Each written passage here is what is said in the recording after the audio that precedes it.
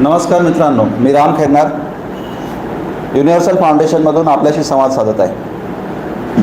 मित्रांनो, 11 ऑक्टोबर 2020 या दिवशी PSI, STI आणि ASO या पदांसाठी संयुक्त पूर्वपरीक्षा होणार आहे आणि या पूर्वपरीक्षेच्या तयारीसाठी आपल्यापैकी महाराष्ट्रातील अनेक विद्यार्थी ज्या तयारी करत आहेत. मित्रांनो, हजारो विद्यार्थ्यांचं PSI होण्याचं स्वप्न आहे. अंगावर खाकी असली पाहिजे अशी आपल्या खूप जणांची इच्छा आहे.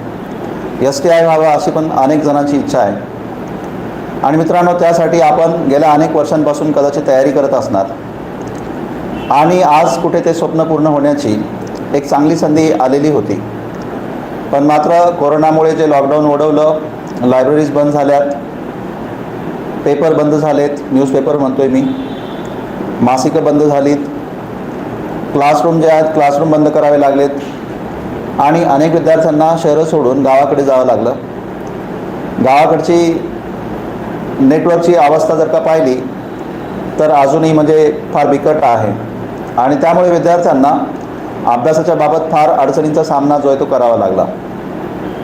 आणि मित्रांनो, अशात आयोगाने परीक्षांच्या तारखा ज्या आहेत त्या पण घोषित करून दिल्यात. खरं तर मित्रांनो, आयोगाच्या तारखा ज्या आहेत घोषित होण्याची आपण वाटही बघत होतो आणि ती चिंताही आपल्याला होती की त्या परीक्षा होतील की नाही. पण मात्र आता तारखा घोषित केल्यावरही आपल्या पुढची चिंता वाढलेली आहे. कारण मित्रांनो, अवघ्या 90 दिवसांमध्ये आपलं ते स्वप्न पूर्ण करण्याची जी संधी आपल्यापुढे आहे तर ती स्वप्न आपण कशी पूर्ण करायची. मित्रांनो, या सगळ्या अडचणी ज्या आहेत आम्ही गेल्या 3 ते 4 महिन्यांमध्ये जाणल्यात. शेकडो विद्यार्थ्यांनी आमच्यापुढे या सगळ्या अडचणींच्या बाबत जी माहिती दिली आणि काहीतरी अशी एखादी ॲक्टिव्हिटी युनिव्हर्सल फाउंडेशनने राबवावी याबाबत आम्हाला विचारणा केली. आणि मित्रांनो, त्या गोष्टींचा विचार करूनच आम्ही 1 महिन्याचा एक कार्यक्रम जो आहे तो आपल्यासाठी घेऊन आलो आहोत. मित्रांनो, खरं तर मोटिवेशनल लेक्चर जे आहेत अर्ध्या तासाचे 1 तासाचे देऊनही कदाचित तुम्हाला मोटिवेट करता आलं असतं. पण मित्रांनो, नुसत्या मोटिवेशनने परीक्षा पास होणं जे आहे ते मला वाटतं अवघड आहे. कारण मोटिवेशन हे फक्त चूल पेटवण्यासारखं असतं. कारण नुसती चूल पेटवली म्हणून स्वयंपाक होऊन जात नाही आणि नुसता नाश्ता केला म्हणून पोट भरत नाही. मित्रांनो, काहीतरी सबस्टॅन्शियल दिल्याशिवाय मला असं वाटतं की त्या मार्गदर्शन वर्गाला किंवा त्या सेमिनारला जो आहे काहीचा अर्थ राहत नाही. म्हणून आम्ही या सगळ्या गोष्टींचा विचार करून 1 महिन्यांचा कार्यक्रम जो आहे तो आपल्यासाठी घेऊन येत आहोत. सगळ्या विषयांची तयारी जी आहे ती आपल्या परीक्षेसाठी आम्ही उजळणी करून घेण्याचा प्रयत्न करणार आहोत. मित्रांनो, कालावधी तसा छोटा आहे. कदाचित आपल्या सर्वच अपेक्षांची त्यात पूर्तता होईल याची खात्री मी देऊ शकत नाही. पण मात्र इतकं मी तुम्हाला नक्कीच सांगू शकतो की जेव्हाही तुम्ही परीक्षेला सामोरं जाल तेव्हा मोठ्या उत्साहाने तुम्ही परीक्षेला जाल. तुमच्या मनात कुठली भीती उरणार नाही. तुमचा आत्मविश्वास जो आहे तो मोठ्या प्रमाणात वाढलेला असेल आणि ज्या विद्यार्थ्यांनी उशिराने सुरुवात केली असेल अभ्यासाला, मला वाटतं त्या विद्यार्थ्यांनाही आत्मविश्वासाने या परीक्षेला सामोरं जाता येईल. विद्यार्थी मित्रांनो, आपल्याकडे आजही अनेक गावांमध्ये परिस्थिती अशी आहे की वर्तमानपत्र किंवा चांगला अभ्यास साहित्य, दर्जेदार अभ्यास साहित्य जे आहेत उपलब्ध होणं जे आहे अवघड आहे. मित्रांनो, नाशिक, पुणे, औरंगाबाद, मुंबई या शहरांमध्ये या सुविधा ज्या आहेत, नागपूरमध्येही मला म्हणता येईल, सुविधा चांगल्या प्रकारे उपलब्ध आहेत. मात्र मित्रांनो, अजूनही आपल्या महाराष्ट्रातील असे जिल्हे अनेक आहेत की ज्या ठिकाणी विद्यार्थ्यांना वर्तमानपत्र जी तीसुद्धा अजून दुरापास्त, म्हणजे विद्यार्थी त्यांच्यापासून दुरापास्त आहेत. त्यामुळे मित्रांनो, ह्या सर्व गोष्टींचा विचार करून आणि विशेषतः कोरोनामुळे जे लॉकडाऊन झालं आणि त्यामुळे विद्यार्थ्यांची जी गैरसोय झाली या सगळ्यांचा विचार करून आम्ही हा कार्यक्रम जो आहे तो आपल्यासाठी घेऊन आलो आहोत. त्यामुळे मित्रांनो, या कार्यक्रमाचा लाभ जो आहे मला असं वाटतं की जास्तीत जास्त विद्यार्थ्यांना मिळवून देण्यासाठी तुम्ही आम्हाला मदत केली पाहिजे. जास्तीत जास्त विद्यार्थ्यांना या कार्यक्रमाबद्दल अवगत करून दिलं पाहिजे. मित्रांनो, रोज 1.5 ते 2 तास जे आहेत आम्ही या ॲक्टिव्हिटीचा म्हणजे इथे ही ॲक्टिव्हिटी आम्ही राबवणार आहोत.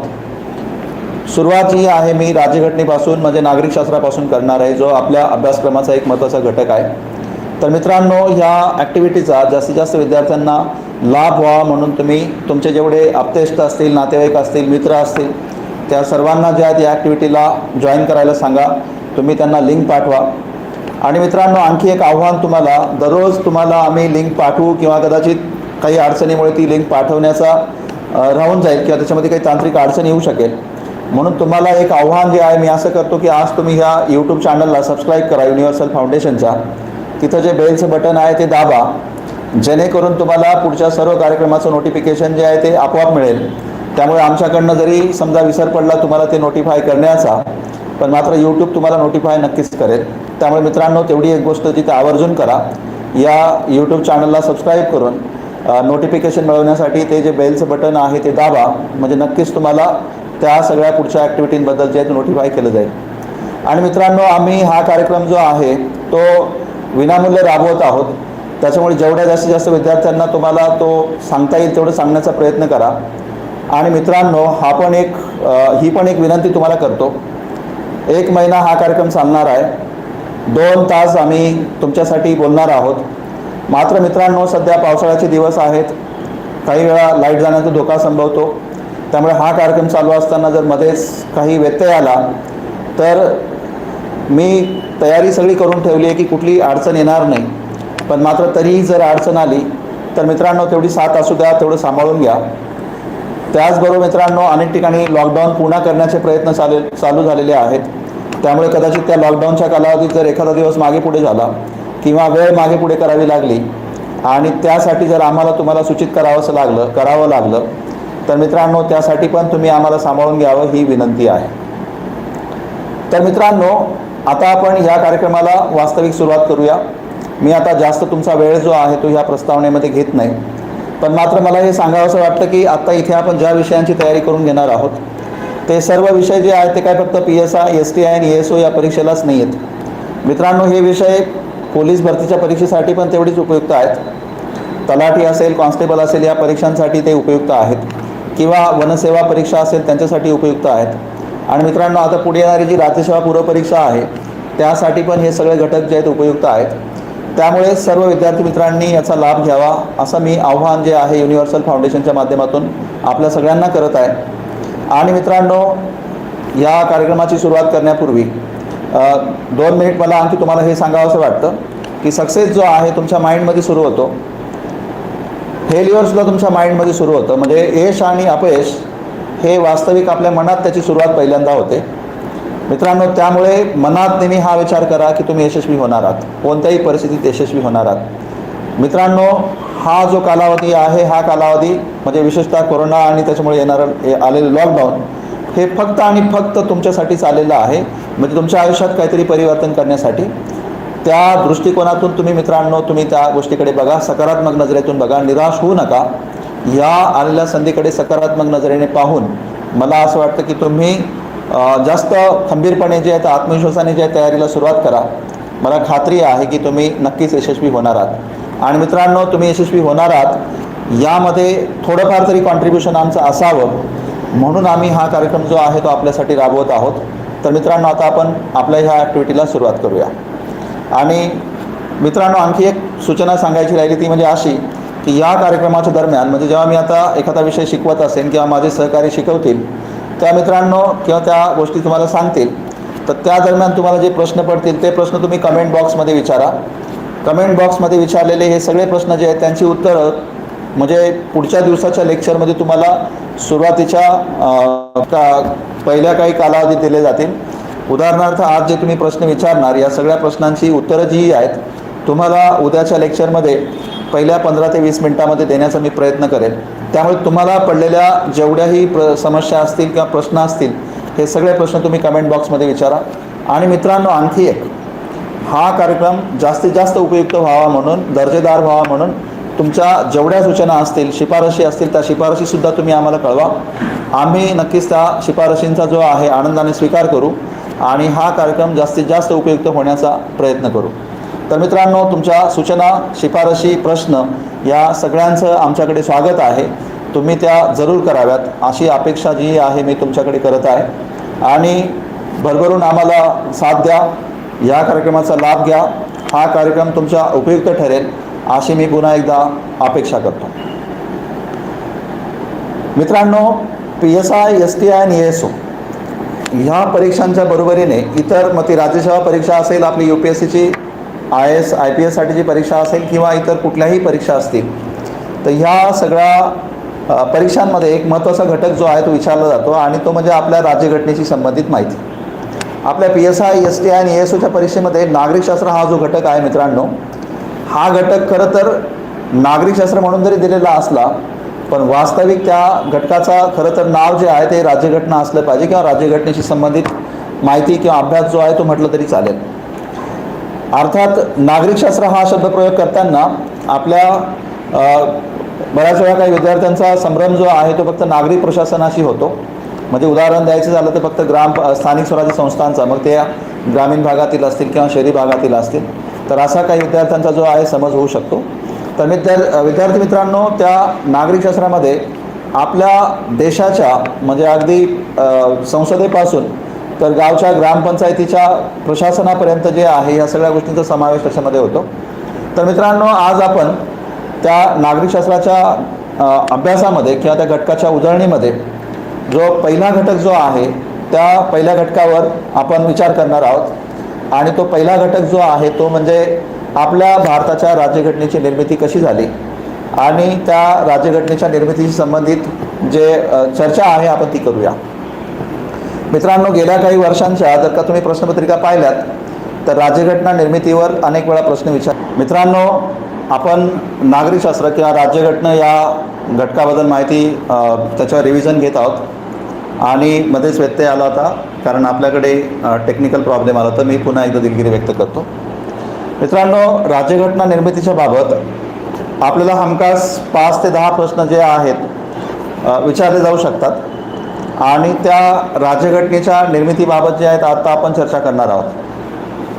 विद्यार्थी मित्रांनो, राज्यघटनेची निर्मिती जी आहे ती आपण सगळे लोक जाणतात की 2 वर्ष 11 महिने आणि 17 दिवस, काही ठिकाणी 18 दिवस असा तो 18 दिवस आहेत असं काही लोक म्हणतात. मात्र आयोगाने 2 वर्ष 11 महिने आणि 17 दिवस असं उत्तर जे आहे ते त्यासाठी दिलेलं आहे. विद्यार्थी मित्रांनो, ही जी आपली राज्यघटनेची निर्मिती झालेली आहे, ही राज्यघटनेची निर्मिती अशी काही अचानक झालेली नाही आहे. राज्यघटनेच्या निर्मितीमागे एक खूप मोठी पार्श्वभूमी जी आहे ती कदाचित आपण अभ्यासली पण असेल. त्या सगळ्यांचं आता आपल्याला रिव्हिजन करायचं आहे.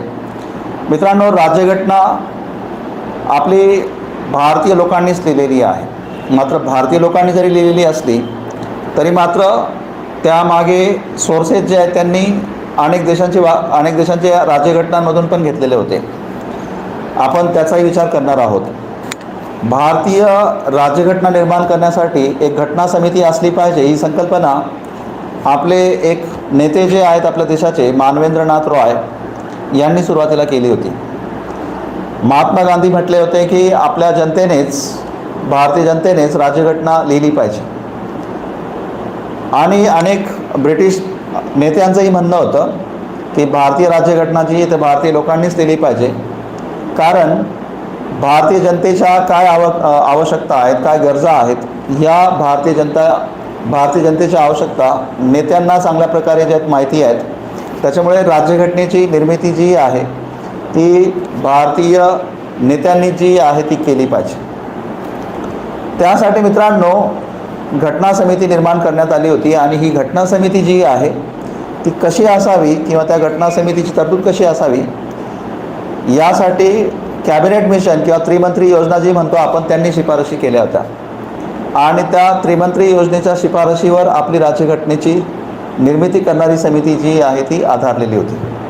मित्रांनो, भारतीय राज्यघटना निर्माण करण्यासाठी असलेली घटना समिती जी आहे, हे घटना समितीचे सदस्य हे काही प्रत्यक्ष निवडणुकीने जे आहे ते निवडून आलेले नव्हते. मित्रांनो, हे सदस्य जे आहेत हे अप्रत्यक्ष निवडणुकीने होते आणि काही सदस्य जे आहेत ते नामनिर्देशनाने होते. आता अप्रत्यक्ष निवडणुकीने जे सदस्य होते हे सदस्य मित्रांनो 1935च्या कायद्यानुसार ज्या प्रांतिक विधिमंडळं होती त्या प्रांतिक विधिमंडळांच्या सदस्यांनी निवडून दिलं होतं. आता उदाहरण द्यायचं झालं तर मुंबई प्रांतातून जे सदस्य निवडून गेले होते घटना समितीवर, हे सदस्य जे आहेत ते मुंबई विधिमंडळात जे सदस्य होते त्या सदस्यांकडून जे आहे ते अप्रत्यक्ष निवडणुकीने निवडून दिले गेलेले होते. मग बंगाल प्रांत असेल किंवा नॉर्थ वेस्ट फ्रंटियर प्रॉव्हिन्स असेल किंवा मद्रास प्रांत असेल, मध्य प्रांत असेल, या प्रांतांमधून जे प्रतिनिधी गेलेले होते ते तिथल्या सदस्यांनी निवडून दिलेले होते. आज तुम्हाला उदाहरण द्यायचं झालं तर अप्रत्यक्ष निवडणूक म्हणजे राज्यसभेवर जसे खासदार निवडून जातात, आपल्या राज्यांच्या विधानसभांमध्ये जे आमदार असतात किंवा ते जे प्रतिनिधी असतात त्यांच्याकडनं विधानसभेच्या सदस्यांकडनं जेव्हा त्यांची निवडणूक केली जाते, त्या पद्धतीने आपल्या घटना समितीच्या सदस्यांची निवड जी ती झालेली होती. म्हणजे ते अप्रत्यक्ष निवडणुकीने निवडून गेलेले होते. आणि संस्थानिकांच्या प्रदेशांमधून काही सदस्य जे आहेत ते नामनिर्देशनाने जे आहेत त्या ठिकाणी पाठवण्यात आलेले होते. म्हणजे घटना समिती जी आहे, जी घटना निर्माण झाली गेलेली आहेत, घटना समितीच्या त्या सदस्यांचे म्हणजे एक प्रकारे मित्रांनो काही सदस्य जे आहेत ते अप्रत्यक्ष निवडणुकीने होते आणि काही सदस्य जे आहेत ते नामनिर्देशनाने निवडलेले होते. मित्रांनो, ह्या घटना समितीच्या सदस्यांच्या बाबत अनेक व्यक्तींनी शंका उपस्थित केल्या होत्या की हे काही प्रत्यक्ष निवडणुकीने किंवा सगळ्या जनतेने निवडून दिलेले सदस्य नाही आहेत. त्याच्यामुळे त्या व्यक्तींनी बनवलेली राज्यघटना जी आहे ती भारतीय जनतेने का स्वीकारावी म्हणून. त्यामुळे ह्या वादविवादांच्या पार्श्वभूमीवर असे प्रश्न जे आहेत विचारलं जाणं स्वाभाविक आहे. घटना समितीचे सदस्य जे आहेत ते प्रत्यक्ष निवडणुकीने निवडले होते किंवा अप्रत्यक्ष, किंवा घटना समिती आपली प्रत्यक्ष निवडणुकीने निवडून गेली होती किंवा नाही, तर हा प्रश्न आपल्याला कायम विचारला जातो. मित्रांनो, राज्यघटनेच्या निर्मितीसाठी आपल्या घटना समितीच्या सदस्यांनी अनेक घटनांचा अभ्यास केलेला होता, हे खरं आहे. पण मात्र ब्रिटिश काळात जे कायदे पारित करण्यात आले होते त्या कायद्यांचा सुद्धा विचार जो आहे तो घटना निर्मिती करताना झाला होता. आणि ते सुद्धा सोर्सेस जे आहेत आपल्या राज्यघटनेमध्ये, जसा की 1919चा कायदा असेल किंवा 1935चा कायदा असेल, तर मित्रांनो आपण त्या कायद्याचा सुद्धा अभ्यास करणं आवश्यक आहे. मित्रांनो, घटना निर्मिती करण्यासाठी जी घटना समिती होती, ही घटना समिती 2 वर्ष 11 महिने आणि 17 दिवस काम करत होती. आणि ह्या घटना समितीचे सदस्यांसाठी जी निवडणूक झाली होती, सदस्य निवडण्यासाठी, ती 1946 मध्येच झाली होती, जुलै-ऑगस्ट महिन्यामध्ये. आणि ह्या घटना समितीची जेव्हा निर्मिती झाली तेव्हा त्या घटना समितीने 2 प्रकारची कार्य केली होती. एक कार्य म्हणजे ती घटना समिती निर्माण करण्यासाठी प्रत्यक्ष कार्य करत होती. पण मात्र दुसरं एक कार्य या घटना समितीचं ते म्हणजे कायदे निर्माणाचं पण कार्य होतं. म्हणजे जेव्हा ती समिती घटना निर्माण करण्यात नव्हती तेव्हा ती कायदे मंडळ म्हणून सुद्धा ती काम करत होती. म्हणजे घटनाच्या जबाबदाऱ्या ह्या 2 प्रकारच्या ज्या आहेत त्यांनी पार पाडल्या समितीने, हे पण लक्षात असू द्या. म्हणजे घटना समिती काय फक्त घटना बनवण्याचंच काम करत होती नव्हे, तर घटना समिती जी आहे काही काळ जी आहे घटना निर्मितीचं काम करत होती आणि काही काळ ती कायदे निर्माणाचं पण कार्य करत होती. म्हणजे कायदे मंडळ म्हणून, म्हणजे हंगामी कायदे मंडळ म्हणून किंवा हंगामी संसद म्हणून घटना समिती काम करत होती. आणि ही माहिती असू द्या, जेव्हा घटना समितीचं काम प्रत्यक्ष घटना निर्मितीसाठी सुरू झालं तेव्हा ते वास्तविक 9 डिसेंबर 1946ला सुरू झालं होतं. 9 डिसेंबर 1946. तर ते काम 26 नोव्हेंबर 1949 पर्यंत चाललं होतं. 26 नोव्हेंबर 1949. म्हणजे 2 वर्ष 11 महिने आणि 17 दिवस ते काम चाललं होतं. मित्रांनो, जेव्हा 9 डिसेंबर 1946ला ते काम त्या दिवशी घटना समितीचे जे सदस्य होते, या सदस्यांनी अर्थातच एक कामकाज सुरू होण्यासाठी एक हंगामी अध्यक्ष असणं आवश्यक होतं. तर हंगामी अध्यक्ष जो आहे तो JB कृपलानी यांनी पुढाकार घेऊन, तेव्हा त्या सदस्यांमध्ये सिनियर होते ते म्हणजे आपले सच्चिदानंद सिन्हा, या सच्चिदानंद सिन्हांची हंगामी अध्यक्ष म्हणून निवड केली. कारण मित्रांनो, आता घटना समितीला एक कायमस्वरूपी अध्यक्षाची गरज होती. घटना समितीच्या सदस्यांनी त्या जबाबदाऱ्या पार पाडण्यासाठी मग ती शपथ घेण्याची आवश्यकता होती सदस्यत्वाची. या सगळे सोपस्कार पार पाडण्यासाठी मात्र आधी एका अध्यक्षाची आवश्यकता होती कायमस्वरूपी, आणि तो कायमस्वरूपी अध्यक्ष निवडून यावा म्हणून त्या सगळ्या प्रक्रिया पार पाडण्यासाठी एका हंगामी अध्यक्षाची गरज होती. फ्रान्स या देशाच्या पद्धतीवरून, म्हणजे जिथे एक सिनियर मोस्ट मेंबर जो आहे तो जनरली हंगामी अध्यक्ष म्हणून नियुक्त केला जातो, ज्याला आपल्याकडे प्रोटेम स्पीकर पण म्हणतात, त्या पद्धतीवरून जो आहे आपण आपल्या देशामध्येही तेव्हाचे जे सिनियर मेंबर होते सच्चिदानंद सिन्हा, त्या सगळ्या सदस्यांमध्ये त्यांची हंगामी अध्यक्ष म्हणून जे आहे ती निवड करण्यात आली होती. खरं तर आत्ताचा प्रघातही आत्ताही आपण पाहतो की हंगामी अध्यक्ष जो आहे तो आपल्या विधानमंडळामध्ये निवडला जातो किंवा लोकसभेमध्ये जो आहे तो निवडला जात असतो. जेव्हाही निवडणूक होणार असते, निवडणूक होते, त्या निवडणूक झाल्यानंतर सर्व सदस्यांना जे शपथ देणं आवश्यक असतं सदस्यत्वाची, तेव्हा राष्ट्रपती एका सिनियर मोस्ट मेंबरला, आता तुम्ही पाहिलं आहे की शपथ देतात. Senior most member in the sense of age म्हणत नाही मी, तर जो जास्तीत जास्त वेळा त्या सदनाचा सदस्य झालेला आहे तो सिनियर मानला जातो त्या केसमध्ये. त्याला राष्ट्रपती, आता तुम्ही पाहतात की शपथ देतात आणि त्यानंतर तो बाकीच्या सर्व सदस्यांना शपथ देतात. जसं की आता तुम्ही महाराष्ट्राच्या विधानसभेच्या बाबत पाहिलं असेल, तर ह्याच पद्धतीनुसार, म्हणजे ही फ्रेंच प्रॅक्टिस आहे. तर अशी पद्धत जी आहे भारतामध्ये, ती पहिल्यांदा आपल्या घटना समितीच्या पहिलं जे अधिवेशन सुरू झालं 9 डिसेंबर 1946ला, त्या दिवशी झाली होती. डॉक्टर सच्चिदानंद सिन्हा यांची त्यावेळेस हंगामी अध्यक्ष म्हणून नियुक्ती करण्यात आली होती. पण मात्र म्हणे त्यांची तब्येत बिघडली, त्यांच्याकडनं ते पुढचं काम होईल की नाही सांगता येत नव्हतं. म्हणून मग एच.सी. मुखर्जी जे आहेत बंगालमधून आलेले सदस्य, त्यांची उपाध्यक्ष म्हणून जे घटना समितीचे निवड करण्यात आली होती. तर हे पण माहिती असू द्या की घटना समितीचे हंगामी अध्यक्ष आपले सच्चिदानंद सिन्हा होते, डॉक्टर सच्चिदानंद सिन्हा, जे तेव्हा सिनियर मोस्ट सदस्य होते, आणि उपाध्यक्ष जे आहे ते एच.सी. मुखर्जी होते. मित्रांनो, 11 डिसेंबरला मग या सगळ्या सोपस्कार पार पडल्यानंतर घटना समितीचे कायम अध्यक्ष म्हणून डॉक्टर राजेंद्र प्रसाद यांची निवड झाली. आणि राजेंद्र प्रसाद यांनी नंतर मग पुढच्या सर्व कार्यवाही ज्या आहेत त्या पार पाडल्यात अध्यक्ष या नात्याने. 13 डिसेंबर 1946ला मित्रांनो, पंडित जवाहरलाल नेहरूंनी या घटना समितीमध्येच, आपण ही घटना समिती का बोलवलेली आहे, या घटना समितीचा अंतिम उद्देश काय आहे, आणि जी घटना आपण निर्माण करणार आहोत ह्या घटनेने नेमकं काय साध्य करायचं आहे, हे सगळा जो ड्राफ्ट आहे तो प्रेझेंट करण्यासाठी, म्हणजे जो एक असं समजा की ठराव मांडला, तो ठराव म्हणजे उद्देशपत्रिकेचा ठराव म्हणून आपण ओळखतो, तो 13 डिसेंबर 1946ला मांडला होता. ती तारीख लक्षात ठेवा. मित्रांनो, काही महत्त्वाच्या तारखा आहेत, म्हणजे ज्या खरं तर PSI, ST आणि ASOच्या परीक्षेला अगदी महत्त्वपूर्ण तारखा म्हणून विचारल्या जातात, मानल्या जातात. त्यापैकी पहिलं अधिवेशन कधी सुरू झालं होतं मी तुम्हाला पुन्हा सांगितलं, 9 डिसेंबर 1946ला. दुसरी महत्त्वाची डेट आहे 11 डिसेंबर 1946ला, जे आहेत सरदार वल्लभभाई पटेल यांची मित्रांनो, डॉक्टर राजेंद्र प्रसाद यांची हंगामी अध्यक्ष म्हणून जे सच्चिदानंद सिन्हा यांनी कायमस्वरूपी अध्यक्ष म्हणून निवड केली. आणि 13 डिसेंबर 1946ला पंडित जवाहरलाल नेहरूंनी उद्देशपत्रिकेचा ठराव जो आहे तो मित्रांनो मांडला. मित्रांनो, ह्या घटना समितीने घटना निर्मितीचं जे काम केलं, मी तुम्हाला सांगितलं की घटना निर्मितीचं काम जेव्हा त्यांचं चालायचं त्यावेळेस मग त्या वेगवेगळ्या समित्यांच्या माध्यमातून ते काम त्यांनी केलं.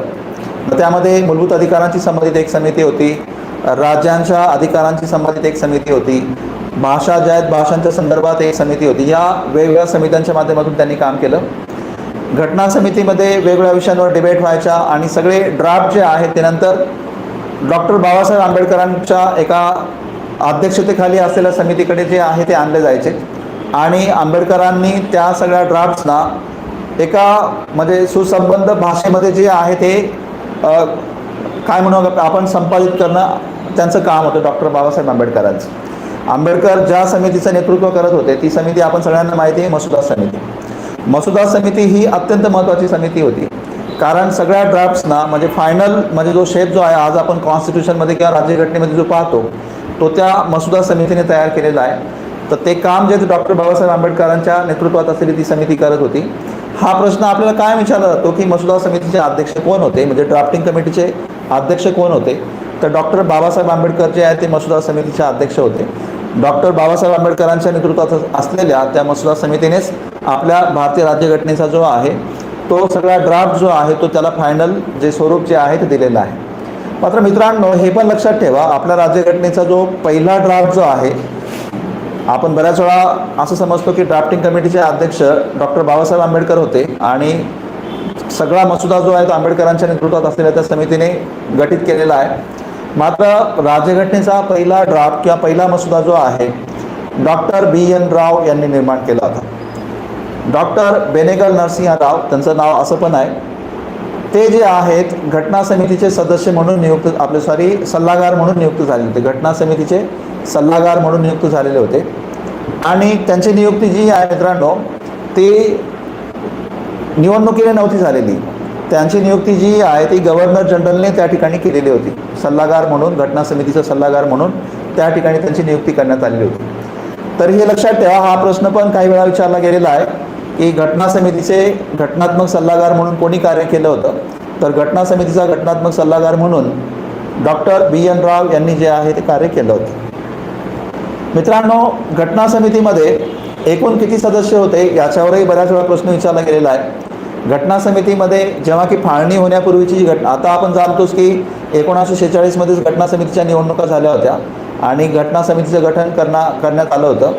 तर ह्या निवडणुकांच्या माध्यमातून आणि नामनिर्देशनाच्या माध्यमातून 389 सदस्य जे आहे ते घटना समितीचे 389 सदस्यांची मिळून घटना समिती बनली होती.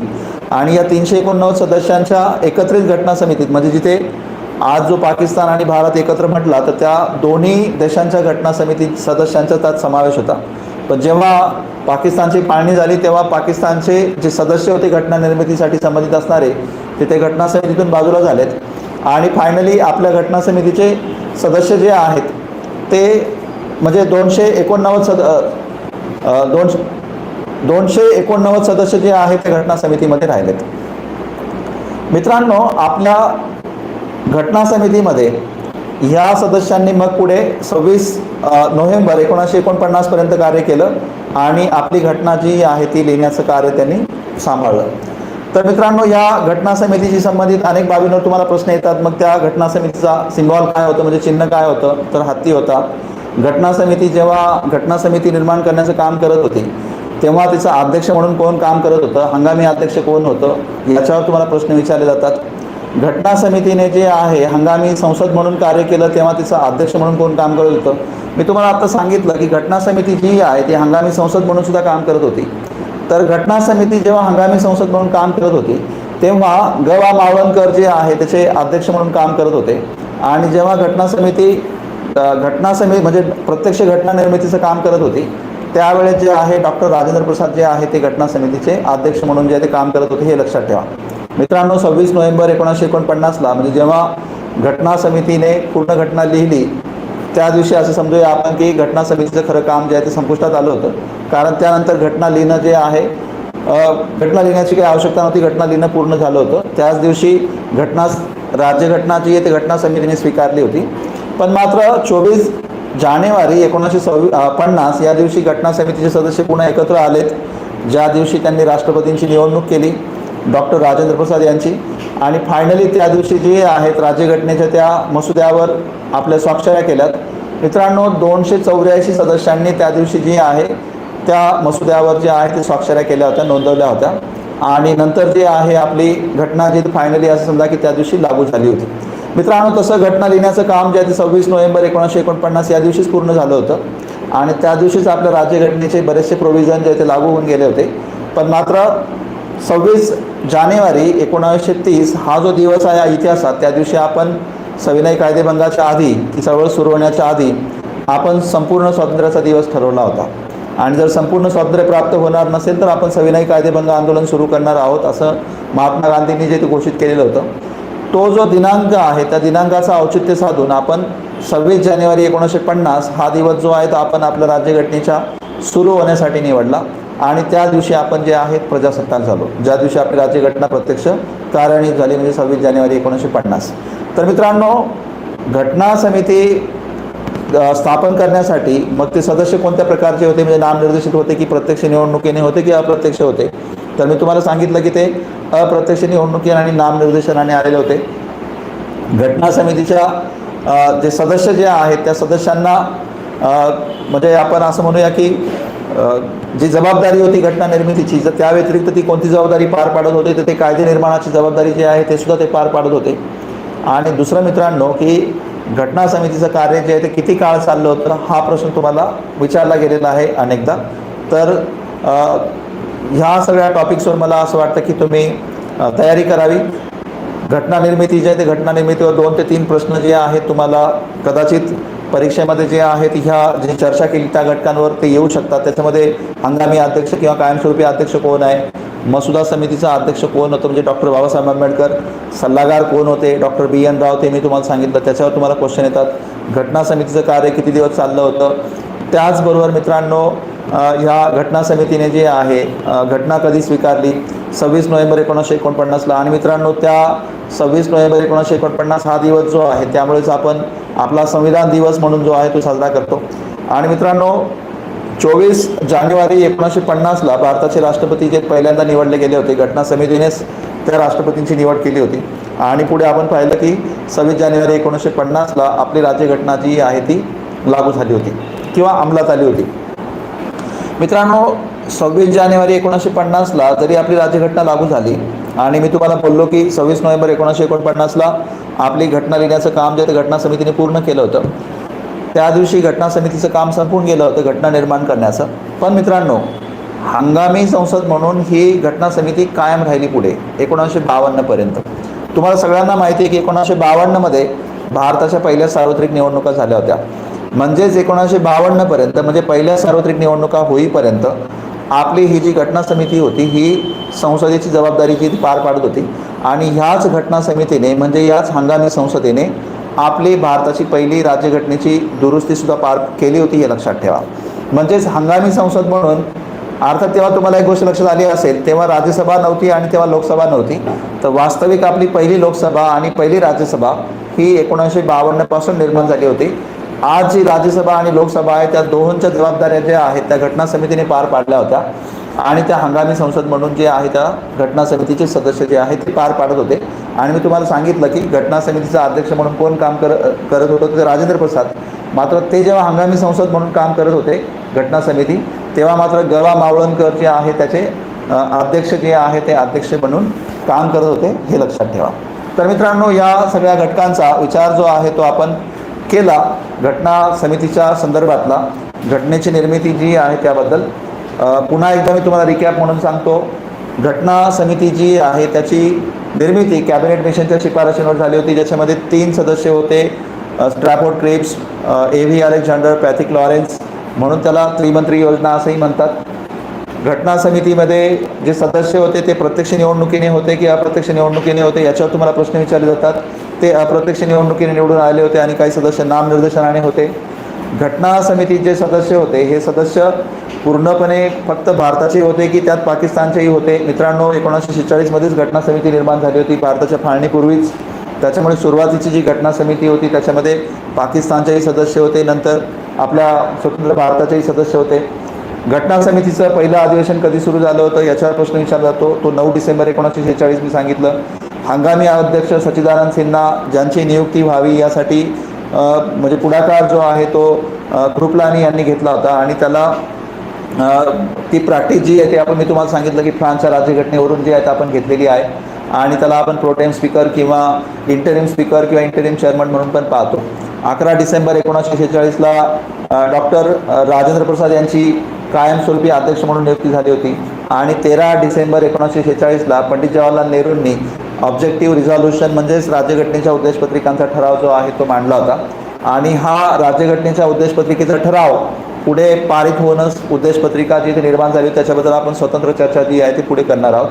तर मित्रांनो हा राज्यघटनेच्या निर्मितीबाबतचा जो टॉपिक आहे त्याच्याबद्दल मी डिस्कशन केलं. त्याच्यावर तुम्हाला क्वेश्चन जर आले तर मला वाटतं एवढ्याच टॉपिकवर येऊ शकतात, याच्यावर तुमचा फोकस असला पाहिजे. आणि हो, घटना समिती असली पाहिजे यासाठी एक पॉईंट मी तुम्हाला आधी सांगितला. मानवेंद्रनाथ रॉय जो आहे किंवा M.N. रॉय जे त्यांनी पहिल्यांदा सूचना केली होती की आपली घटना निर्माण करण्यासाठी एक घटना समिती जिथं असली पाहिजे. आणि महात्मा गांधी म्हटले होते की आपली घटनेचं निर्माण जे आहे ते आपल्या जनतेनेच केलं पाहिजे. मित्रांनो या घटकावर जे प्रश्न येतात ना ते प्रश्न कदाचित खूपच ऑब्जेक्टिव्ह येतात. त्याच्यामध्ये काही घटना समितीच्या सदस्यांच्याबद्दलही माहिती विचारली जाते. उदाहरणार्थ 9 महिला आपल्या घटना समितीमध्ये होत्या. तर कदाचित असाही प्रश्न विचारला जाऊ शकतो की या घटना समितीमध्ये किती महिला सदस्य होत्या किंवा कोणत्या कोणत्या प्रांतातून कोणत्या कोणत्या महिला सदस्य निवडून आल्या होत्या. तर मित्रांनो या घटकांवर थोडंसं तुम्ही फोकस केला तर मला असं वाटतं की तुम्हाला परीक्षेमध्ये त्या घटकांचा अभ्यास करणं किंवा त्यावर प्रश्न विचारले गेले तर त्यांना सामोरं तुम्हाला कॉन्फिडन्सने जाता येईल असं मला वाटतं. मित्रांनो आता दुसरा जो आपल्या आजच्या डिस्कशनचा किंवा चर्चेचा जो घटक आहे तर मला असं वाटतं की तो आता आपण उद्देशपत्रिका घ्यावा. मित्रांनो मी पुन्हा एकदा दिलगिरी व्यक्त करतो. हा कार्यक्रम सुरू झाल्याबरोबरच पहिल्या 10 मिनिटातच काही तांत्रिक अडचणीमुळे जे आहे मध्ये 5 ते 10 मिनिट जे आहे ते खंडित झाला आणि त्यामुळे आपल्याला 5 ते 10 मिनिट जे आपल्या नियोजित वेळेतली ती वाया गेलीत. मी पुन्हा एकदा दिलगिरी व्यक्त करतो, कारण माझ्याकडून किंवा ही अशी कृती जी आहे ती व्हायला नको होती, ज्यामुळे तुमचा वेळ जो आहे तो वाया नव्हता जायला पाहिजे. पण तरी पण आम्ही पुरेपूर काळजी घेऊ की इथून पुढची ॲक्टिव्हिटी जी ती जास्तीत जास्त जी आहे ती प्रभावी होईल आणि जास्तीत जास्त कार्यक्षम राहील. असा व्यत्यय जो आहे तो पुन्हा येणार नाही एवढी काळजी मी नक्कीच घेण्याचा प्रयत्न करेन. तर मित्रांनो, आता पुढचा जो टॉपिक आहे तो टॉपिक म्हणजे राज्यघटनेची उद्देशपत्रिका. त्याच्याबद्दल जे आहेत आपण मित्रांनो घेणार आहोत.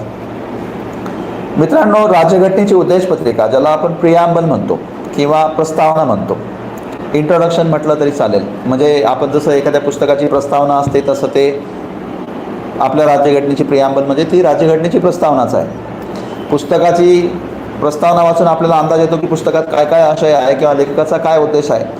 सेम वे आपल्याला ती राज्यघटनेची उद्देशपत्रिका जर का अभ्यासली तर आपल्यालाही कळतं की राज्यघटनेमधला आशय काय आहे. मित्रांनो, आपल्या राज्यघटनेमध्ये 395 मूळ कलम आहेत आणि आता वेळोवेळी ज्या घटना दुरुस्ती झाल्या त्यांच्या माध्यमातून पुढे जाऊन जे आहेत अनेक जर का विचार केला तर आता नवीन गोष्टी त्यात ॲड झाल्या आणि आज आपली राज्यघटना जी 450पेक्षा जास्त अनुच्छेद जे आपल्या राज्यघटनेमध्ये आहेत. सुरुवातीला 8 परिशिष्ट होती, आता त्याच्यामध्ये 12 परिशिष्ट झालेली आहेत.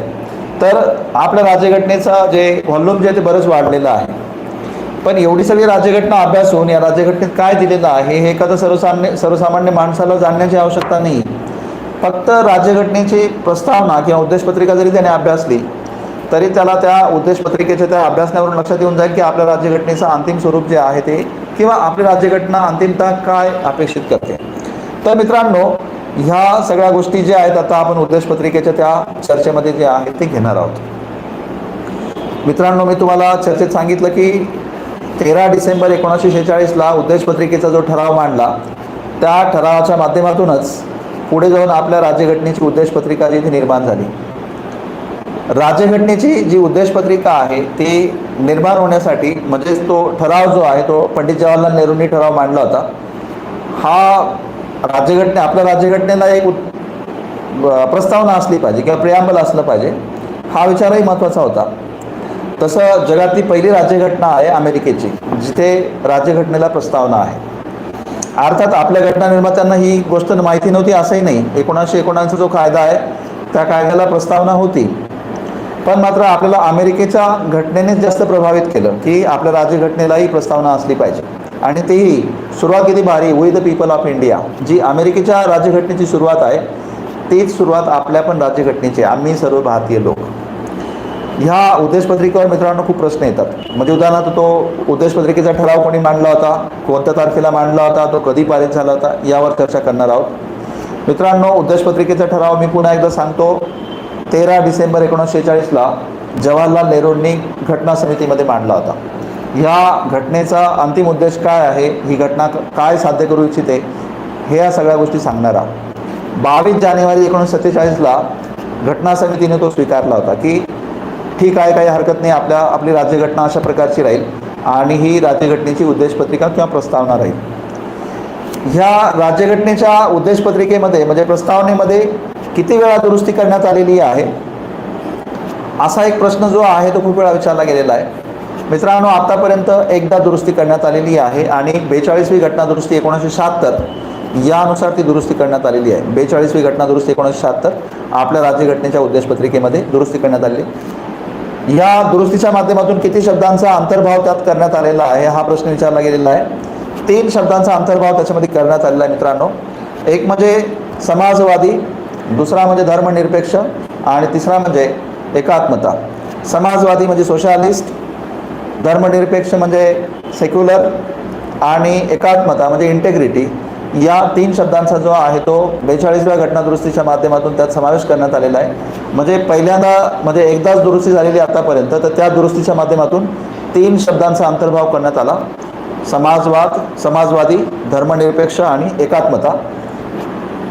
प्रश्न कदाचित असा पण विचारला जाऊ शकतो की 42व्या घटना दुरुस्तीच्या माध्यमातून ही जी प्रस्तावने दुरुस्ती करण्यात आली त्यासाठी शिफारस कोणी केली होती, तर सरदार सोरणसिंग समिती जी आहे त्या शिफारशींसाठी संबंधित होती. त्या समितीने केलेल्या शिफारशीनुसार ही घटना दुरुस्ती जी आहे ती पार पडली होती. या उद्देशपत्रिकेमध्ये जे जे शब्द आहेत त्या शब्दांच्या आशयाबाबतही प्रश्न विचारला जातो. उदाहरण द्यायचं झालं तर आम्ही सर्व भारतीय लोक हा शब्दप्रयोग आपल्याला हे सूचित करतो की भारतीय लोकांनीच घटना लिहिलेली आहे, म्हणजे घटनेमध्ये जी शक्ती आहे ती भारतीय लोकांनीच त्या घटनेमध्ये टाकलेली आहे. प्रश्न विचारला गेलेला आहे एकदा की भारतीय राज्यघटनेनुसार अंतिम सार्वभौमता कोणात सामावलेला आहे. जेव्हा आपण म्हणतो आम्ही सर्व भारतीय लोक, याचा सरळ सरळ अर्थ येतो मित्रांनो की खऱ्या अर्थाने जर सार्वभौमत्व सामावलेलं असेल तर ते भारतीय जनतेमध्ये सामावलेलं आहे. आणखी एक महत्त्वाचा पॉईंट आहे, या राज्यघटनेमध्ये निहित असलेली शक्ती राज्यघटनेत कोणी टाकलेली आहे. तर मित्रांनो स्वाभाविक आहे की आम्ही सर्व भारतीय लोक हा खऱ्या अर्थाने त्या शक्तीचा स्रोत आहे. आपण पाहिलं की निवडणुकींच्या माध्यमातून पण आपले नेते मंडळी ज्या निवडणुकीत येतात तेव्हा सगळी जनता जनार्दन म्हणतात. बऱ्याच वेळा लोक म्हणतो की अंतिम न्यायालय हे जनतेचं न्यायालय आहे, आणि मित्रांनो हे खरंच आहे. जनता ही अंतिमता जी सर्वशक्तिमान आहे. जनता जनार्दन आपण विनाकारण म्हणत नाही. तर जनता हा शब्दप्रयोग जर का तुम्हाला माहिती असेल, जनता जनार्दन, तर त्या वी द पीपलमध्ये किंवा आम्ही सर्व भारतीय लोकमध्ये मग तोच अर्थ आहे हे लक्षात घ्या. म्हणजेच खरी शक्ती आपल्या देशामध्ये जर कोणामध्ये असेल तर ती भारतीय जनतेमध्ये आहे. राज्यघटनेमध्ये सुद्धा ती शक्ती भारतीय जनतेनेच टाकलेली आहे. दुसरा तो जो शब्दप्रयोग आहे सार्वभौम, त्याचाही अर्थ कदाचित विचारला जातो. सार्वभौम म्हणजे काय मित्रांनो? सार्वभौम म्हणजे असं, किंवा सॉव्हरेन त्याला आपण इंग्लिशमध्ये म्हणतो, कोणत्याही प्रभावापासून मुक्त असणं. आता तुम्ही पाहिलं भारत कोणत्याही प्रभावापासून मुक्त आहे. आपल्या देशाची धोरणं ठरवतो तेव्हा आपल्याला काही कोणी सांगतं आणि मग म्हणून आपण ठरवतो असं नाही आहे. आपण कायदे पारित करतो, आपल्या गरजांनुसार करतो. अर्थसंकल्प मांडत असू आपण आपल्या गरजांनुसार मांडतो. कोणाच्याही आदेशाचा किंवा सूचनांचा आपण विचार करून ते करत नसतो, आपल्या गरजांचा विचार करून आपण ते करत असतो. या अर्थाने आपण सार्वभौम आहोत. सार्वभौम असताना कोणी एखादा प्रदेश आपल्या देशात सामील व्हायचं म्हणत असेल तर आपण सामील करून घेतो. उदाहरण द्यायचं झालं तर सिक्कीम आपल्याला सामील होण्याचं म्हणत होता, आपण सिक्कीमला सामील करून घेतलं. त्यासाठी आपण कॅपेबल आहोत. आपले स्वयंनिर्णय जे आहेत आपण घेतो. हा सगळा अर्थ जो आहे मित्रांनो सार्वभौम. काही घटना तज्ज्ञांच्या मते, विशेषतः डी बसू जे आहेत त्यांच्या मते, सार्वभौम हा शब्द जो आहे तो आपण आयर्लंडच्या राज्यघटनेवरून घेतलेला आहे. आयर्लंडची राज्यघटना, तो पॉईंट नोट करून घ्या मित्रांनो. आयर्लंडची राज्यघटना जी त्या घटनेमधून आपण सार्वभौम ही संकल्पना जी आहे ती स्वीकारलेली आहे. आणि मित्रांनो आपलं सार्वभौमत्व हे दोन प्रकारचं आहे. एक म्हणजे बाह्य सार्वभौमत्व. बाह्य सार्वभौमत्व म्हणजे असं की आपण आंतरराष्ट्रीय स्तरावर अमेरिकेबरोबर करार करतो, आपण कोणाला विचारून करार करत नाही, असं तो होत नाही. आपण अमेरिकेबरोबर करार केला आणि रशियाने विचारलं काय संबंध, त्यांच्याबरोबर तुम्ही करार का केला किंवा काय, आपल्याला कोणी विचारणार नाही. आपल्याला वाटलं अमेरिकेबरोबर करार करावा, आपण केला. फ्रान्सबरोबर करार करावा, आपण केलं. आपण बाहेरच्या एखाद्या देशाकडनं प्रदेश स्वीकारला, तो आपला निर्णय आहे. किंवा आपण काही टेरिटरी एक्सचेंज केल्यात, जसं की मागे बांगलादेशबरोबर आपण काही टेरिटरीज एक्सचेंज केल्यात, किंवा काही प्रदेश जे आहेत त्यांचा आपण अदलाबदली केली. या सगळ्या गोष्टींचा निर्णय आपण आपल्या प्रयत्नाने घेतलेला आहे, आपल्याला कोणी मार्गदर्शन नाही केलेलं. तर हे झालं बाह्य सार्वभौमत्व निर्णय घेण्याच्या बाबत. आणि अंतर्गत निर्णय घेण्याची जी पद्धत आहे त्यातही अंतर्गत सार्वभौमत्व जे आहे तो पॉईंट तिथे येतो. दुसरा पॉईंट मित्रांनो समाजवादी. हा शब्द मूळ राज्यघटनेमध्ये नव्हता. तो आत्ताच आपण चर्चा केली की ते 42व्या घटना दुरुस्तीनुसार तो शब्दप्रयोग जो आहे तो आपण स्वीकारलेला आहे. समाजवादी हा शब्दप्रयोग जो आहे, खरं तर सोशलिस्ट हा शब्दप्रयोग घटनेमध्ये स्वीकारण्याची काही आवश्यकता नाही, हे आंबेडकरांनी घटना समितीतच सांगितलेलं होतं. कारण आंबेडकरांचं म्हणणं असं होतं की आपल्या राज्यघटनेमध्ये भाग 4 जो आहे त्यामध्ये जी राजनीती मार्गदर्शक तत्व आहेत, म्हणजे ज्यांना आपण directive principles of state policy म्हणतो, या सगळ्या मार्गदर्शक तत्वांचा आशयच मुळात समाजवादी आहे. स्वाभाविक की आपल्याला पुन्हा नव्याने समाजवादी हा शब्दप्रयोग जो आहे तो राज्यघटनेच्या उद्देशपत्रिकेमध्ये जो आहे तो सांगण्याची काही आवश्यकता नाही. पण तरी मित्रांनो त्या समाजवादी संकल्पनेबद्दल मला तुम्हाला स्पष्ट करून द्यावं असं वाटतं. समाजवादी ही संकल्पना जी तिचा अर्थ असा होतो की राज्याच्या उत्पन्नाची किंवा राज्यामध्ये जेवढी पण भौतिक संसाधनं आहेत, ह्या संसाधनांवरची जी मालकी आहे ती बहुसंख्य नियंत्रण जे आहे ते जनतेचं असलं पाहिजे. आणि काही प्रमाणात जे आहेत खाजगी मालमत्ता जे त्यांना मान्यता जी आहे ते असू शकते. म्हणजे majority means of production shall be own by the society of the state. हा पॉईंट त्याच्यामध्ये समाजवादीमध्ये आपण घेतो. काही तज्ज्ञांच्या मते आपण रशियाकडनं प्रभावित होऊन समाजवादी हा शब्द जो आहे तो आपण 42व्या घटनादुरुस्तीच्या माध्यमातून स्वीकारलेला आहे. दुसरा जो शब्दप्रयोग आहे मित्रांनो तो आहे तो म्हणजे आपला धर्मनिरपेक्ष. आणि धर्मनिरपेक्ष याचा अर्थ असा नाही की कोणताही धर्म नाही किंवा धर्माला विरोध करणं. धर्मनिरपेक्ष याचा अर्थ राज्याचा कोणताही स्वतंत्र धर्म असणार नाही. व्यक्तींना हे स्वातंत्र्य राहील की त्यांनी त्यांच्या पसंतीचा धर्म जो आहे, त्यांना जो धर्म हवा आहे तो त्यांनी पाळावा. पण मात्र राज्याची संसाधनं जी आहेत कोणत्याही धर्मासाठी वापरली जाणार नाहीत. मग ती प्रमोशनसाठी असो किंवा त्या धर्माच्या डिस्ट्रक्शनसाठी असो, राज्याची संसाधनं वापरली जाणार नाहीत. राज्य धर्माच्या कारणावरून कर आकारणी करणार नाही. कोणत्याही राज्याने संचलित केलेल्या शाळेमध्ये धार्मिक शिक्षण दिलं जाणार नाही. धर्म ही प्रत्येक व्यक्तीची वैयक्तिक बाब राहील. या पद्धतीचं धर्मनिरपेक्षत्व तत्व जे आहे आपल्या राज्यघटना निर्मात्यांनी स्वीकारलेलं आहे. अर्थात सेक्युलर किंवा धर्मनिरपेक्ष हा शब्द पण आपल्या राज्यघटनेत म्हणजे प्रस्तावनेत सुरुवातीला नव्हता. आपण तो 42व्या घटनादुरुस्तीने जो आहे तो घेतलेला आहे. मित्रांनो, धर्मनिरपेक्ष किंवा आपण असं म्हणू की सेक्युलर या शब्दाचा जर का विचार करायला गेलं तर तिथेही आंबेडकर म्हटले होते की आपल्याला तो सेक्युलर शब्द राज्यघटनेत टाकण्याची आवश्यकता नाही आहे. कारण राज्यघटनेच्या मूलभूत अधिकारांच्या भागामध्ये म्हणजे भाग 3 मध्ये 25 ते 28 हे जे अनुच्छेद आहेत ते मूलभूत अधिकारांशी संबंधित आहेत, धर्माशी संबंधित. धार्मिक स्वातंत्र्य आपल्याला ऑलरेडी तिथे देऊन ठेवलेलं आहे. त्यामुळे स्वाभाविक आहे की आपल्याला मूलभूत अधिकारांच्या संदर्भात म्हणजे जेव्हा धर्माची तरतूद करून दिलेली आहे तर हे नव्याने सांगण्याची आवश्यकता नव्हती किंवा पुन्हा सांगण्याची आवश्यकता नव्हती की आपण धर्मनिरपेक्ष राज्य आहोत. म्हणून आंबेडकरांनी म्हटलं होतं की आपण त्याची पुनरावृत्ती करण्याची काही आवश्यकता नाही आहे. पण मात्र 1970च्या दशकात विशेषतः ज्या घडामोडी घडल्यात त्यामुळे तत्कालीन कायदे मंडळाला किंवा संसदेला असं वाटलं की आपण घटनेमध्ये या अशा तरतुदींचा स्वीकार केला पाहिजे आणि म्हणून आपण तिथे धर्मनिरपेक्ष हा शब्दप्रयोग स्वीकारलेला आहे. पुढचा शब्दप्रयोग मित्रांनो लोकशाही आहे. मित्रांनो, लोकशाहीचा अर्थ म्हणजे प्रत्येक व्यक्तीला समान अधिकार असणं, प्रत्येकाच्या मताला समान अधिकार असणं आणि प्रत्येक व्यक्ती धर्म, जात, पंथ, लिंग जे काही असेल, वंश या भेदांच्या पलीकडे जाऊन प्रत्येक व्यक्तीचा या देशाच्या प्रत्येक सार्वजनिक ठिकाणी राजकीय अधिकार जो आहे तो समान असणं. तुम्ही आज पाहता की आपल्या देशाच्या सर्वोच्च स्थानावर म्हणजे राष्ट्रपती पदावर एका महिलेचं सुद्धा निवडणूक झालेली आहे. प्रतिभाताई पाटील आपल्या भारताच्या राष्ट्रपती म्हणून निवडल्या गेलेल्या आहेत. आपल्या देशाच्या पहिल्या महिला पंतप्रधान म्हणून श्रीमती इंदिरा गांधी यांची निवड झालेली होती. मित्रांनो, आज असं कुठलं क्षेत्र राहिलं नाही की आपण त्या क्षेत्रामध्ये कुठला तरी एका अशा विशिष्ट गटाला आपण विरोध केलेला आहे. प्रत्येक ठिकाणी प्रत्येक घटकातला समाजातला प्रत्येक घटक त्याचं प्रतिनिधित्व झालेलं आहे. आपल्या पंतप्रधान पदावर प्रत्येक समुदायाची व्यक्ती तिथं विराजमान झालेली आहे. त्यामुळे मित्रांनो, आपल्या राज्यघटनेने लोकशाही हा आधार जो आहे तो असं समजा की खऱ्या अर्थाने आपल्या देशामध्ये राबवलेला आहे. तो लोकशाही अर्थ होतो. मित्रांनो, जेव्हा लोकशाही येते तेव्हा स्वाभाविक आहे की समता ह्या गोष्टीला अत्यंत महत्त्व प्राप्त होतं. कारण समता असेल तरच लोकशाही आहे. जर समानता नसेल तर लोकशाही या मताला कुठलाही अर्थ नाही आहे. तर त्या प्रकारची लोकशाही आहे. लोकशाहीच्या बद्दल सांगायचं म्हणजे मित्रांनो एक विशेष गोष्ट आहे. तुम्हाला जर प्रश्न विचारला गेला तर लोकशाही म्हणजे काय किंवा कोणत्या प्रकारची लोकशाही आपण स्वीकारतो, तर मित्रांनो आपण अप्रत्यक्ष लोकशाही स्वीकारतो. कारण लोकशाहीचे 2 प्रकार आहेत. एक म्हणजे प्रत्यक्ष लोकशाही आणि दुसरं अप्रत्यक्ष लोकशाही. प्रत्यक्ष लोकशाही म्हटलं त्याचे 4 साधनं आहेत. त्या 4 साधनांमध्ये रिकॉल आहे, इनिशिएटिव्ह आहे, रेफरेंडम आहे, प्लेबिसाईट आहे. हे 4 साधनं आहेत. आणि जी काही अप्रत्यक्ष लोकशाही आहे, अप्रत्यक्ष लोकशाहीमध्ये आपण पाहतो की पार्लमेंटरी फॉर्म ऑफ डेमोक्रेसी किंवा संसदीय लोकशाही आपण स्वीकारलेली आहे. म्हणजे अप्रत्यक्ष लोकशाहीचे पण 2 प्रकार आहेत. एक म्हणजे संसदीय लोकशाही आणि दुसरी अध्यक्षीय लोकशाही. अमेरिकेची जी लोकशाही आहे ती अध्यक्षीय लोकशाही आहे आणि आपली जी लोकशाही आहे ती संसदीय लोकशाही आहे. संसदीय लोकशाहीची संकल्पना आपण इंग्लंडकडनं घेतलेली आहे. अप्रत्यक्ष लोकशाही म्हणजे मित्रांनो असं की जनता त्यांचे प्रतिनिधी निवडून देईल, ते प्रतिनिधी कायदे बनवण्याचं काम करतील आणि ते प्रतिनिधी जे आहे देशासाठी निर्णय घेण्याचं काम करतील.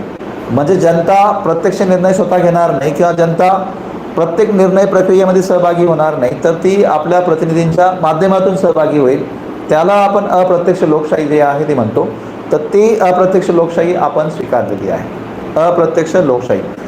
मित्रांनो, भारत एक असा देश आहे की ॲडव्हेंचरस म्हटलं तरी मला असं वाटतं की काही नवल नाही. 1947 मध्ये जेव्हा आपण स्वतंत्र झालो किंबहुना थोडंसं मी 1950चा दिनांक म्हणेन, 26 जानेवारी 1950, कारण त्या दिवसापासून आपण खऱ्या अर्थाने प्रजासत्ताक झालो.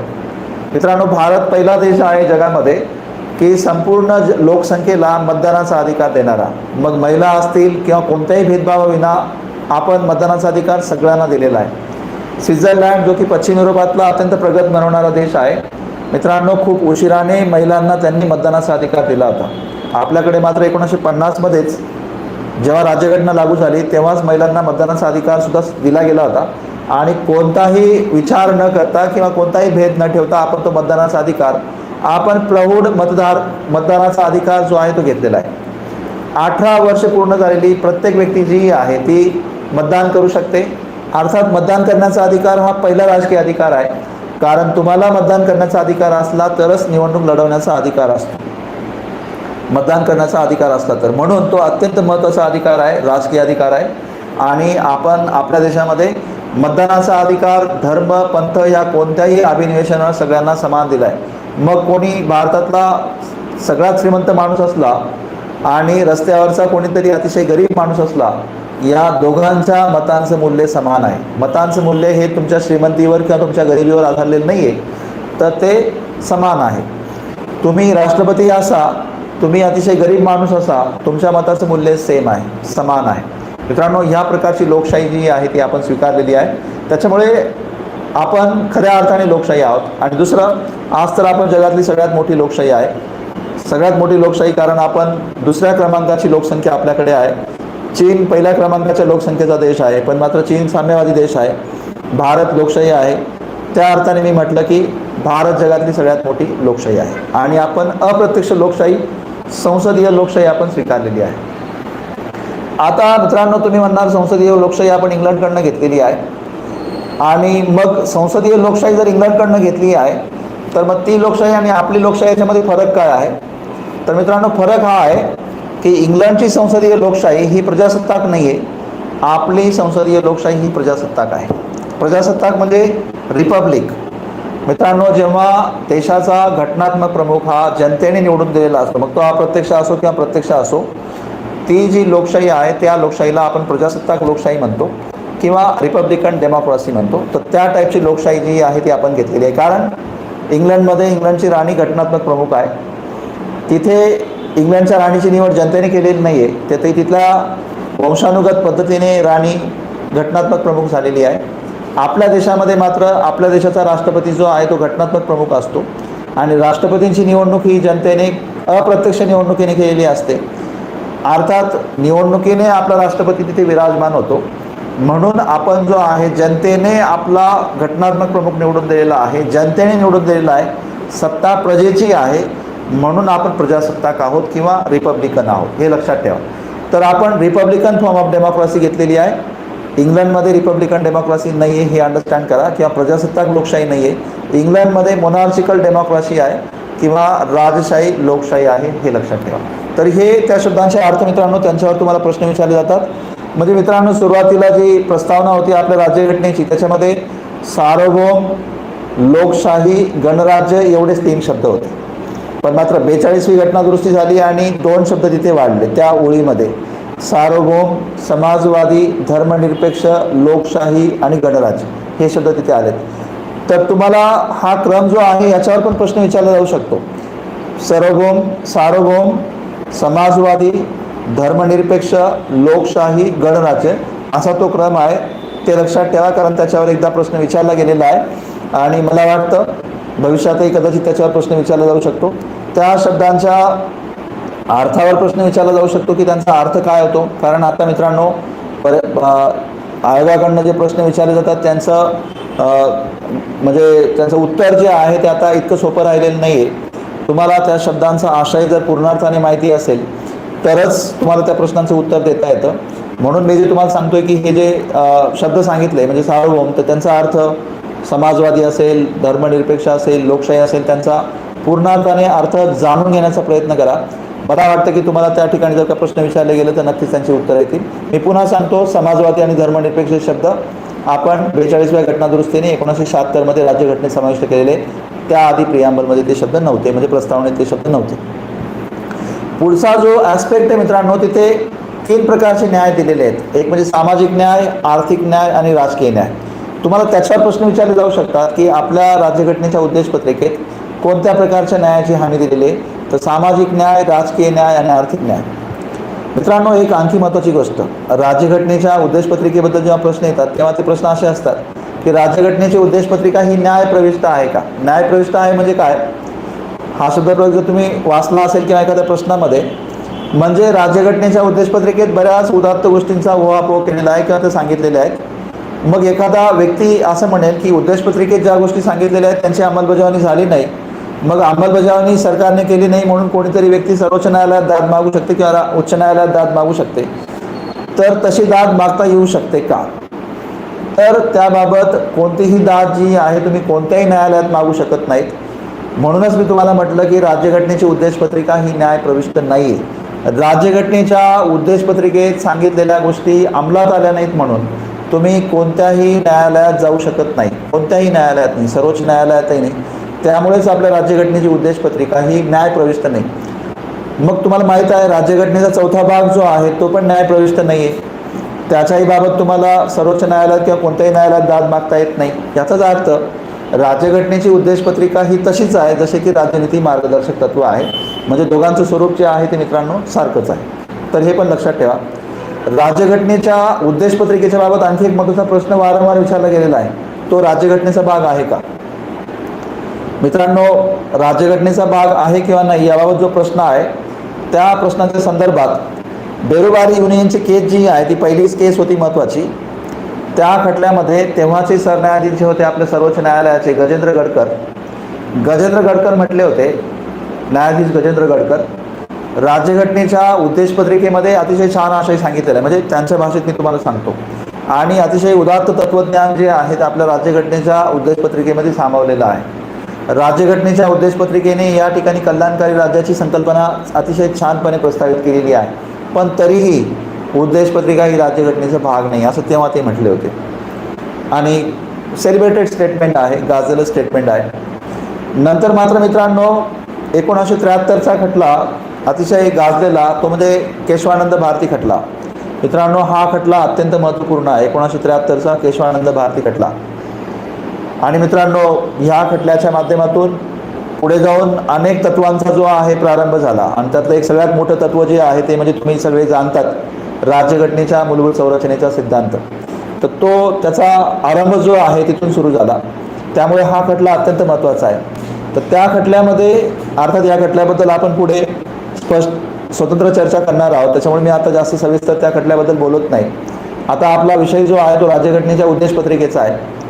तर केशवानंद भारती खटल्यामध्ये सर्वोच्च न्यायालयाने सांगितलं की राज्यघटनेची उद्देशपत्रिका ही राज्यघटनेचा भाग आहे.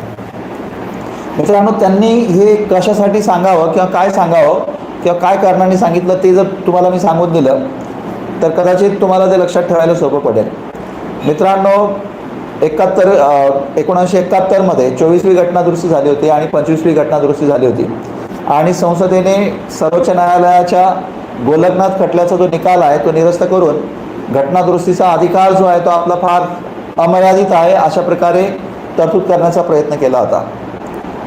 स्वाभाविक आहे की संसदेने जेव्हा घटनादुरुस्ती करण्याचा अधिकार आपला अमर्यादित आहे हे सांगण्याचा प्रयत्न केला तेव्हा सर्वोच्च न्यायालयात त्याला आव्हान दिलं गेलं होतं केशवानंद भारती खटल्याच्या माध्यमातून. त्या खटल्यामध्ये सर्वोच्च न्यायालयाने सांगितलं होतं की राज्यघटनेत दुरुस्ती करण्याचा संसदेला अधिकार आहे, अर्थात तो असलाच पाहिजे हे सर्वोच्च न्यायालयाने सांगितलं. पण मात्र सर्वोच्च न्यायालय म्हटलं होतं ह्या घटनेमध्ये दुरुस्ती अशी नको करायला की जी घटना निर्मात्यांनी जो उद्देश ठेवला होता त्या उद्देशाला ती बाधा निर्माण करेल. ह्या राज्यघटनेचे निर्माण करताना राज्यघटनेच्या निर्मात्यांना जो उद्देश अभिप्रेत होता तो उद्देश आपल्याला त्या राज्यघटनेच्या उद्देशपत्रिकेत दिसतो. स्वाभाविक आहे की त्या राज्यघटनेच्या उद्देशपत्रिकेत जो जो आशय सांगितलेला आहे त्या आशयाला बाधा पोचता कामा नये तरच तशीच घटनादुरुस्ती व्हायला पाहिजे हे सर्वोच्च न्यायालयाने सांगितलं. स्वाभाविक आहे की राज्यघटनेच्या उद्देशपत्रिकेत सांगितलेला आशय बाधित होणार नाही अशा प्रकारे घटनादुरुस्ती केली गेली पाहिजे. म्हणजे राज्यघटनेच्या मूलभूत संरचनेला धक्का पोचणार नाही अशी घटनादुरुस्ती झाली पाहिजे. हे जेव्हा सर्वोच्च न्यायालय सांगतं याचा अर्थच असा होतो की राज्यघटनेची उद्देशपत्रिका ही राज्यघटनेचा भाग आहे. अर्थात न्यायालयाने त्या खटल्यात सांगितलं सुद्धा की राज्यघटनेची उद्देशपत्रिका जी राज्यघटनेचा भाग आहे, ह्या उद्देशपत्रिकेच्या तत्त्वज्ञानाला घटनादुरुस्तीने बाधा निर्माण होऊ नये हे न्यायालयाने सांगितलं. तो अतिशय महत्त्वपूर्ण खटला. पुढे मिनर्वा मिल खटला आहे मित्रांनो 1980चा. त्या खटल्यातही सर्वोच्च न्यायालयाने हे सांगितलं. वामनराव खटला 1981चा. अगदी 1994चा SR बोम्मई खटला आहे. 1995चा आयुर्विमा महामंडळ खटला आहे आणि 2005मध्ये इनामदार खटला आहे. या खटल्यांमध्येही सर्वोच्च न्यायालयाने राज्यघटनेची प्रस्तावना ही राज्यघटनेचा भाग आहे किंवा राज्यघटनेची प्रस्तावना जी आहे तिचं काय महत्त्व आहे हे विशद करून सांगितलं. त्या महत्त्वाबाबतही प्रश्न येऊ शकतो. महत्त्व म्हणजे काय? कायदे मंडळाला कायदे करायचे असतील तर बऱ्याच वेळा गोंधळ होऊ शकतो की कायदे कसे निर्माण करावेत. कायदे मंडळापुढे जर का संभ्रम असेल की कायदे कसे निर्माण करावेत, मग ते कायदे मंडळ केंद्रीय कायदे मंडळ असो किंवा संसदेत आपल्या राज्यांच्या विधिमंडळातील कायदे मंडळ असो, ह्या कायदे मंडळांनी नेहमी हा विचार केला पाहिजे की राज्यघटनेच्या उद्देशपत्रिकेत जी मूलतत्त्व सांगितलेली आहेत किंवा जो उद्देश सांगितलेला आहे, निर्माण होणाऱ्या किंवा पारित होणाऱ्या कायद्यांमधून त्या उद्देशांची पूर्ती होते किंवा नाही. अर्थात मग मार्गदर्शक म्हणून कायदे मंडळाला मार्गदर्शक म्हणून आपली उद्देशपत्रिका काम करत असते. न्यायालये जेव्हा न्यायदान करत असतात, न्यायालयांनी सुद्धा न्यायदान करताना त्या तत्वांचा विचार केला पाहिजे ज्या उद्देशपत्रिकेत सांगितलेल्या आहेत. कार्यकारी मंडळाने जेव्हाही कोणतीही कार्यकारी कृती करण्याचा निर्णय घेतलेला असेल तेव्हा सुद्धा कार्यकारी मंडळाने तोच विचार केला पाहिजे की आपल्या निर्णयामुळे राज्यघटनेच्या उद्देशपत्रिकेतल्या तत्वांना, त्या जे उद्दिष्ट सांगितलेले आहेत त्या उद्दिष्टांना कुठेतरी पूर्तता प्राप्त होते का, हा विचार जो आहे तो त्यातून झाला पाहिजे. म्हणजे मित्रांनो, राज्यघटनेची उद्देशपत्रिका यावर प्रश्न आला आहे की राज्यघटनेच्या उद्देशपत्रिकेचं महत्त्व काय आहे. म्हणजे मार्गदर्शकाच्या रूपात कायदे मंडळाला ती मार्गदर्शन करते, न्यायमंडळाला मार्गदर्शन करते आणि कार्यकारी मंडळाला मार्गदर्शन करते. म्हणजे मार्गदर्शकाची भूमिका आपल्या राज्यघटनेची उद्देशपत्रिका पार पाडत असते. दुसरा एक महत्त्वाचा पॉईंट मित्रांनो राज्यघटनेच्या उद्देशपत्रिकेच्या बाबत, तो म्हणजे आपल्या राज्यघटनेच्या उद्देशपत्रिकेमध्ये कोणता दिनांक सांगितलेला आहे. राज्यघटनेच्या उद्देशपत्रिकेमध्ये जो दिनांक सांगितलेला आहे तो सांगितलेला आहे 26 नोव्हेंबर 1949. 26 नोव्हेंबर 1949 मित्रांनो, त्या दिनांकाला भारतीय राज्यघटना जी आहे, भारतीय राज्यघटना घटना समितीने स्वीकारली हे पण त्यामध्ये आपल्याला स्पष्ट दिसून येतं. म्हणजे मित्रांनो, राज्यघटनेच्या उद्देशपत्रिकेवरून आपल्या कोणत्या कोणत्या गोष्टी कळतात. राज्यघटनेत जी शक्ती आहे त्या शक्तीचा स्रोत कोणता आहे, घटना समितीने घटना कधी स्वीकारलेली आहे ते आपल्याला कळतं 26 नोव्हेंबर 1949. आपलं राज्य जे आहे ते कोणत्या स्वरूपाचं आहे, म्हणजे सार्वभौम आहे, लोकशाही आहे, धर्मनिरपेक्ष आहे, प्रजासत्ताक आहे, या संकल्पना कळतात. त्याचबरोबर ह्या देशामध्ये कोणत्या कोणत्या न्यायाची आपल्या राज्याने हमी दिलेली आहे ते कळतं. राजकीय न्याय आहे, सामाजिक न्याय आहे, आर्थिक न्याय आहे. त्याचबरोबर इथे कोणत्या कोणत्या संधी आपल्या व्यक्तींना दिलेल्या आहेत त्याच्याबद्दल माहिती दिलेली आहे. आणि सगळ्यात महत्त्वाचं, ह्या देशाची एकता आणि एकात्मता या गोष्टींचाही विचार जो आहे त्यामध्ये करण्यात आलेला आहे. मित्रांनो, राज्यघटनेची उद्देशपत्रिका जी आहे त्या उद्देशपत्रिकेवर तुम्हाला अशा प्रकारचे प्रश्न जे आहेत ते येऊ शकतात. मी पुन्हा एकदा तुम्हाला त्याचं रिकॅप करून देतो. म्हणजे रिव्हिजन, आपला उद्देशच रिव्हिजनचा आहे मित्रांनो, त्याच्यामुळे स्वाभाविक तुम्हाला फायदा व्हायला पाहिजे.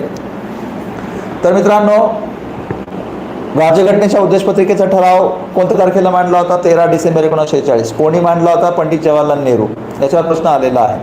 दुसरं, या उद्देशपत्रिकेचा ठराव घटना समितीने कधी पारित केला होता? 22 जानेवारी 1947ला. आणि हो मित्रांनो, एक महत्त्वाची गोष्ट सांगायची राहिली. राज्यघटना पारित झाल्यानंतर जरी आपण राज्यघटनेला आपल्या उद्देशपत्रिकेला राज्यघटनेची प्रस्तावना असं म्हणत असलो तरी पण घटना समितीने संमत करून घेतल्यानंतर मग राज्यघटनेची उद्देशपत्रिका जी आहे एखाद्या कायद्याप्रमाणे पारित केली होती 26 नोव्हेंबर 1947ला. त्याच्यामुळे राज्यघटनेची उद्देशपत्रिका ही घटना समितीने कायद्याप्रमाणे कोणत्या दिनांकाला पारित केली होती असा प्रश्न जर तुमच्या पुढे आला तर त्या प्रश्नाचं उत्तर सुद्धा 26 नोव्हेंबर 1949 असलं पाहिजे, हे लक्षात ठेवा. उद्देशपत्रिकेमध्ये किती वेळा दुरुस्ती करण्यात आलेली आहे? एकदा दुरुस्ती करण्यात आलेली आहे. 42वी घटना दुरुस्ती 1976 नुसार.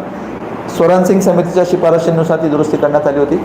कोणते 3 शब्द त्या दुरुस्ती दरम्यान राज्यघटनेच्या उद्देशपत्रिकेत टाकण्यात आले होते असा प्रश्न आला तर समाजवादी, धर्मनिरपेक्ष आणि एकात्मता हे 3 शब्दांचा अंतर्भाव त्याच्यामध्ये करण्यात आला होता.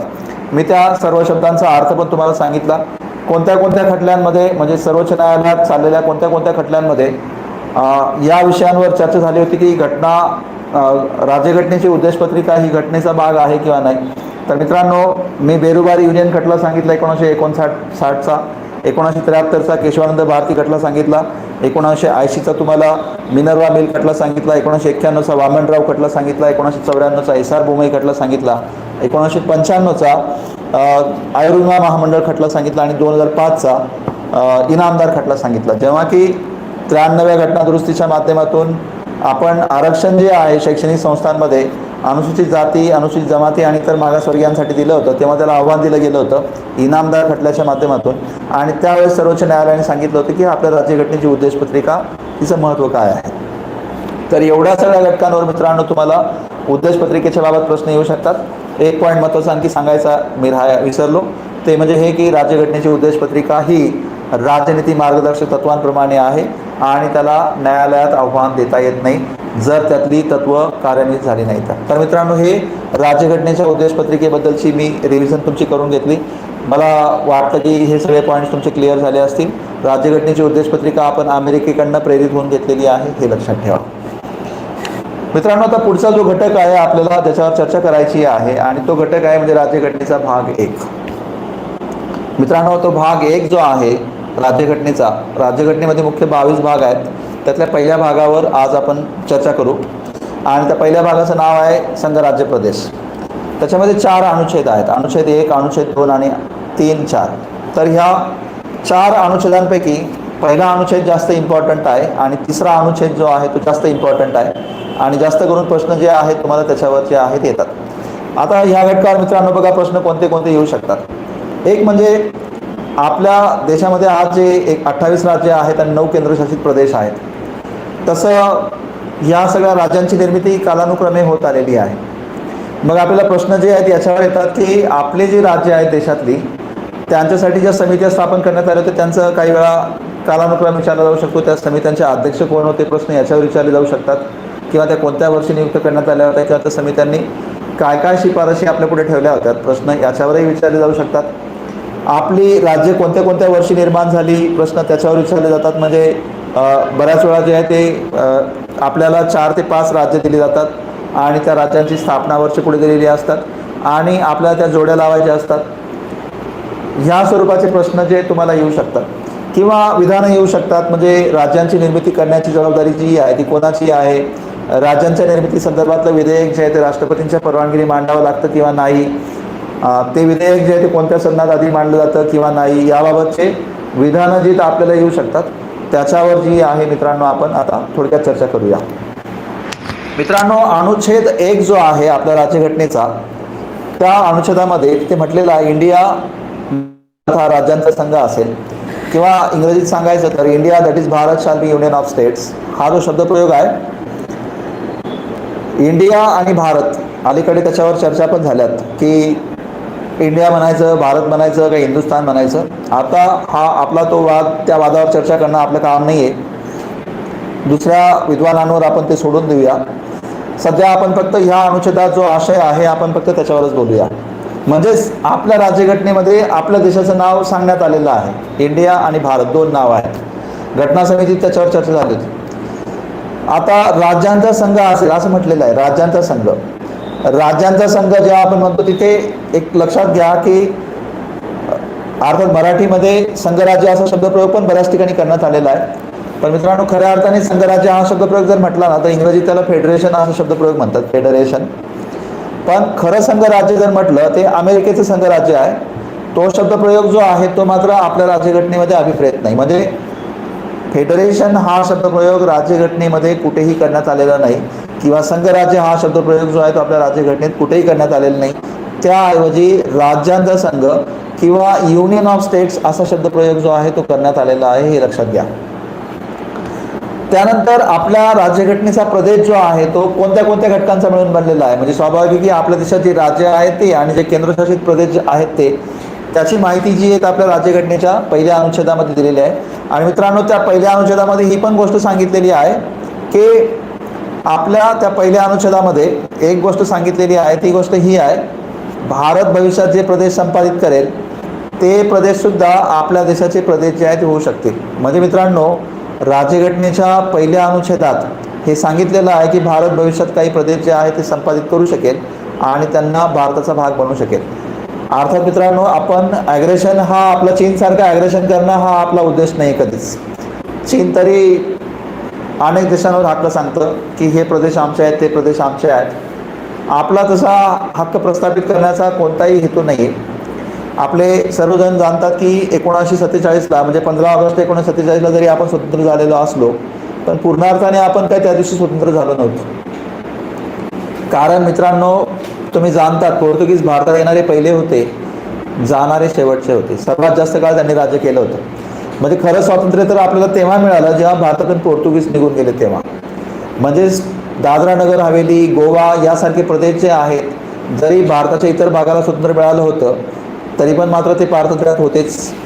दमण दीव हे प्रदेश त्यातही आपण समाविष्ट करू शकतो. पुदुचेरी, माहे, कारिकल यासारखे प्रदेश फ्रेंचांच्या ताब्यात होते. आपला उद्देश सरळ होता की आज ना उद्या या प्रदेशांना स्वातंत्र्य मिळणार होतं आणि हे प्रदेशही भारताचे भूभाग होणार होते. म्हणून आपण भविष्यात जे जे प्रदेश भारत संपादित करेल ते प्रदेश भारताचे भाग होतील असा आपण आशय त्यातून घेऊ शकतो. आणि 1975मध्ये तुम्ही सगळे जाणतात की सिक्कीम हा प्रदेश जो आहे तो भारताचं राज्य बनलेला आहे, जो की आधी भारताचा भाग नव्हता. तर ते आपल्या पहिल्या अनुच्छेदात दिलेलं आहे की भारत भविष्यात जे प्रदेश संपादित करेल ते भारताचे प्रदेश असतीलच. आणि पहिल्या अनुसूचीत जी जी राज्य सांगितलेली आहेत किंवा जे केंद्रशासित प्रदेश सांगितलेले आहेत त्यांचा जो उल्लेख आहे तो मिळून भारताचे संपूर्ण प्रदेश बनलेला असेल हेच पहिल्या अनुच्छेदात सांगितलेलं आहे. तर हा पहिला अनुच्छेद. मित्रांनो, पहिल्या अनुच्छेदात जेव्हाही दुरुस्ती होणार असेल त्यासाठी घटना दुरुस्ती करावी लागेल. पहिल्या अनुच्छेदात जी दुरुस्ती होणार असेल त्यासाठी घटना दुरुस्ती करावी लागेल. आता मित्रांनो, दुसरा अनुच्छेद सांगावा असं वाटतो. बरं, मला पहिल्या अनुच्छेदाच्या संदर्भात एक तरतूद महत्त्वाची मी सांगायची विसरलो, ती मला सांगणं क्रमप्राप्त वाटतं. मित्रांनो, आंबेडकर म्हटले होते पहिल्या अनुच्छेदाच्या संदर्भात, भारत हा विघटित होणाऱ्या राज्यांचा न विघटित होणारा संघ आहे. India is an indestructible union of destructible states. म्हणजे राज्यांचं मोडतोड होऊ शकते, राज्य भंजक आहेत आपली, म्हणजे मोडू शकतात. आपण भारताच्या बाबत युनिटी आणि इंटिग्रिटी जे आहे तिथे कॉम्प्रोमाइज नाही करू शकत. भारत हा कधीच ब्रेक होणार नाही. म्हणजे आपलं जे संघराज्य आहे हे संघराज्य आभासी संघराज्य हे पहिल्या अनुच्छेदातून पण दिसतं. कारण तिथे फेडरेशन हा शब्दप्रयोग नाही केलेला, कारण तिथे राज्यांचा संघ असा शब्दप्रयोग केलेला आहे. आंबेडकरही त्यावेळेस तिथे चर्चा करताना म्हटले होते की आपलं संघराज्य हे खरं संघराज्य नाही आहे. दुसरा जे अनुच्छेद आहे मित्रांनो, दुसऱ्या अनुच्छेदाच्या बद्दल बोलूया. जिथे भारताच्या बाहेरचे प्रदेश जे आहेत ते भारताचं राज्य जर स्थापन करायचं असेल, भारतातल्या एखादा प्रदेश किंवा भारताच्या राज्याचा भाग बनवायचा असेल, त्या संदर्भातल्या तरतुदी ज्या आहेत त्या अनुच्छेद 2मध्ये दिलेल्या आहेत. अनुच्छेद 2मध्ये. आणि सिक्कीमला जेव्हा भारताचं एक राज्य बनवण्यात आलं होतं, असोसिएट स्टेट म्हणून जेव्हा त्याचा दर्जा देण्यात आला होता, तेव्हा ह्या अनुच्छेदाच्या अनुषंगानेच आपण जे आहे त्या सिक्कीमला तसा असोसिएट स्टेटचा स्टेटस दिला होता. मित्रांनो, कदाचित ती एकमेव घटना आहे आत्तापर्यंतची. सिक्कीमला जेव्हा आपण असोसिएट स्टेटचा स्टेटस दिला तेव्हा आपण दुसऱ्या अनुच्छेदाचा वापर केला होता. कदाचित प्रश्न येऊ शकतो की आत्तापर्यंत दुसऱ्या अनुच्छेदाच्या तरतुदींचा किती वेळ वापर झालेला आहे. तर मित्रांनो, तो एकदाच वापर झालेला आहे. तो सिक्कीमच्या बाबत जो आहे तो करण्यात आलेला आहे, हे लक्षात ठेवा. दुसरं, आता अनुच्छेद 3 बद्दल आपण चर्चा करूया मित्रांनो. अनुच्छेद 3 अत्यंत महत्त्वपूर्ण आहे मित्रांनो आणि याच्यावर तुम्हाला कायम प्रश्न विचारले जातात. त्यामुळे तुम्ही, मला असं वाटतं की अनुच्छेद 2 जो आहे तो अनुच्छेद 3 जे आहे ते गांभीर्याने तुम्ही अभ्यासलं पाहिजे. बरं, अनुच्छेद 3 बद्दल घटनेत काय दिलेलं आहे मी ते नंतर सांगणार, पण आधी त्यातला आशय जो आहे तुम्हाला स्पष्ट सांगून देतो. भारतात जर का नवीन राज्य निर्माण करायचं असेल, मग ते 2 राज्य एकत्र करून असो, 3 राज्य एकत्र करून असो, किंवा एका राज्याचा काही भाग काढून दुसऱ्या राज्याला जोडणं असो, काही जरी करून नवीन राज्य निर्माण होणार असेल किंवा केंद्रशासित प्रदेश निर्माण होणार असेल, संपूर्ण अधिकार संसदेला आहे. संपूर्ण अधिकार संसदेला आहे. राज्यांना त्याबाबत कोणताही अधिकार नाही, कोणताही अधिकार नाही. म्हणूनच मी म्हणतोय की भारत आभासी संघराज्य आहे. दुसरं, राज्य निर्मिती करण्यासाठी कोणतंही विधेयक जेव्हा संसदेत मांडलं जाणार असेल, राज्य निर्मिती करण्यासाठी किंवा केंद्रशासित प्रदेश निर्माण करण्यासाठी कोणतंही विधेयक जर का संसदेत मांडलं जाणार असेल, राष्ट्रपतींची परवानगी आवश्यक असते. राष्ट्रपतींची परवानगी आवश्यक असते, हा पॉईंट लक्षात ठेवायचा तुम्ही, कारण प्रश्न तुम्हाला त्याच्यावर विचारला जातो. घटनादुरुस्ती नको, राज्यांची निर्मिती करायची आहे, त्यासाठी जे विधेयक मांडायचं आहे ते कोणत्या सदनात मांडलं जातं, हा प्रश्न जर का तुम्हाला विचारला गेला तर मित्रांनो कोणत्याही सदनात ते विधेयक मांडता येतं. मग ते लोकसभेतही मांडलं जाऊ शकतं किंवा ते राज्यसभेतही मांडलं जाऊ शकतं. पण मित्रांनो, संसदेमध्ये ते विधेयक मांडण्यापूर्वी, म्हणजे राष्ट्रपतींनी त्याला परवानगी देण्यापूर्वी विधेयक संसदेत मांडण्यासाठी ज्या राज्यांमधून ते राज्य निर्माण करायचं आहे किंवा ज्या राज्यातून नवीन राज्य निर्माण करायचं आहे त्या राज्यांच्या विधिमंडळांना मात्र आधी सूचित करणं आवश्यक असतं. सूचित करणं, त्यांची संमती घेणं नव्हे, कारण त्यांच्या संमतीची आवश्यकता नाही आहे, त्यांच्या फक्त अभिप्रायाची आवश्यकता असते. त्या राज्यांचं फक्त मत जाणून घ्यायचं असतं. त्यांचं मत सपोर्टमध्ये असलं तरी राज्याची निर्मिती होऊ शकते, विरोधात असलं तरी पण राज्याची निर्मिती होऊ शकते. कारण मी तुम्हाला आधीच सांगितलं, राज्य निर्मितीमध्ये, राज्यांची नावं बदलण्यामध्ये, राज्यांच्या सीमा बदलण्यामध्ये राज्यांना कोणताही अधिकार नाही आहे. राज्यांची सीमा बदलण्यात अधिकार नाही, नावं बदलण्यात अधिकार नाही किंवा नवीन राज्य निर्माण करण्यामध्ये घटक राज्यांना कोणताही अधिकार नाही. ते विधेयक साध्या बहुमताने पारित होतं. साध्या बहुमताने पारित मी पुन्हा सांगतो, कोणत्याही सदनात मांडलं जातं, राष्ट्रपतींच्या परवानगीने मांडलं जातं. फक्त मात्र हे करण्यापूर्वी त्या राज्यांना सांगून दिलं जातं किंवा त्यांचं मत जाणून घेतलं जातं. अर्थात त्या राज्यांचं मत बंधनकारक नसतं संसदेवर, आणि असंही आवश्यक नसतं की त्या राज्यांनी मत देईपर्यंत संसदेने थांबून राहावं. संसद थांबून राहण्याचं काही कारण नसतं.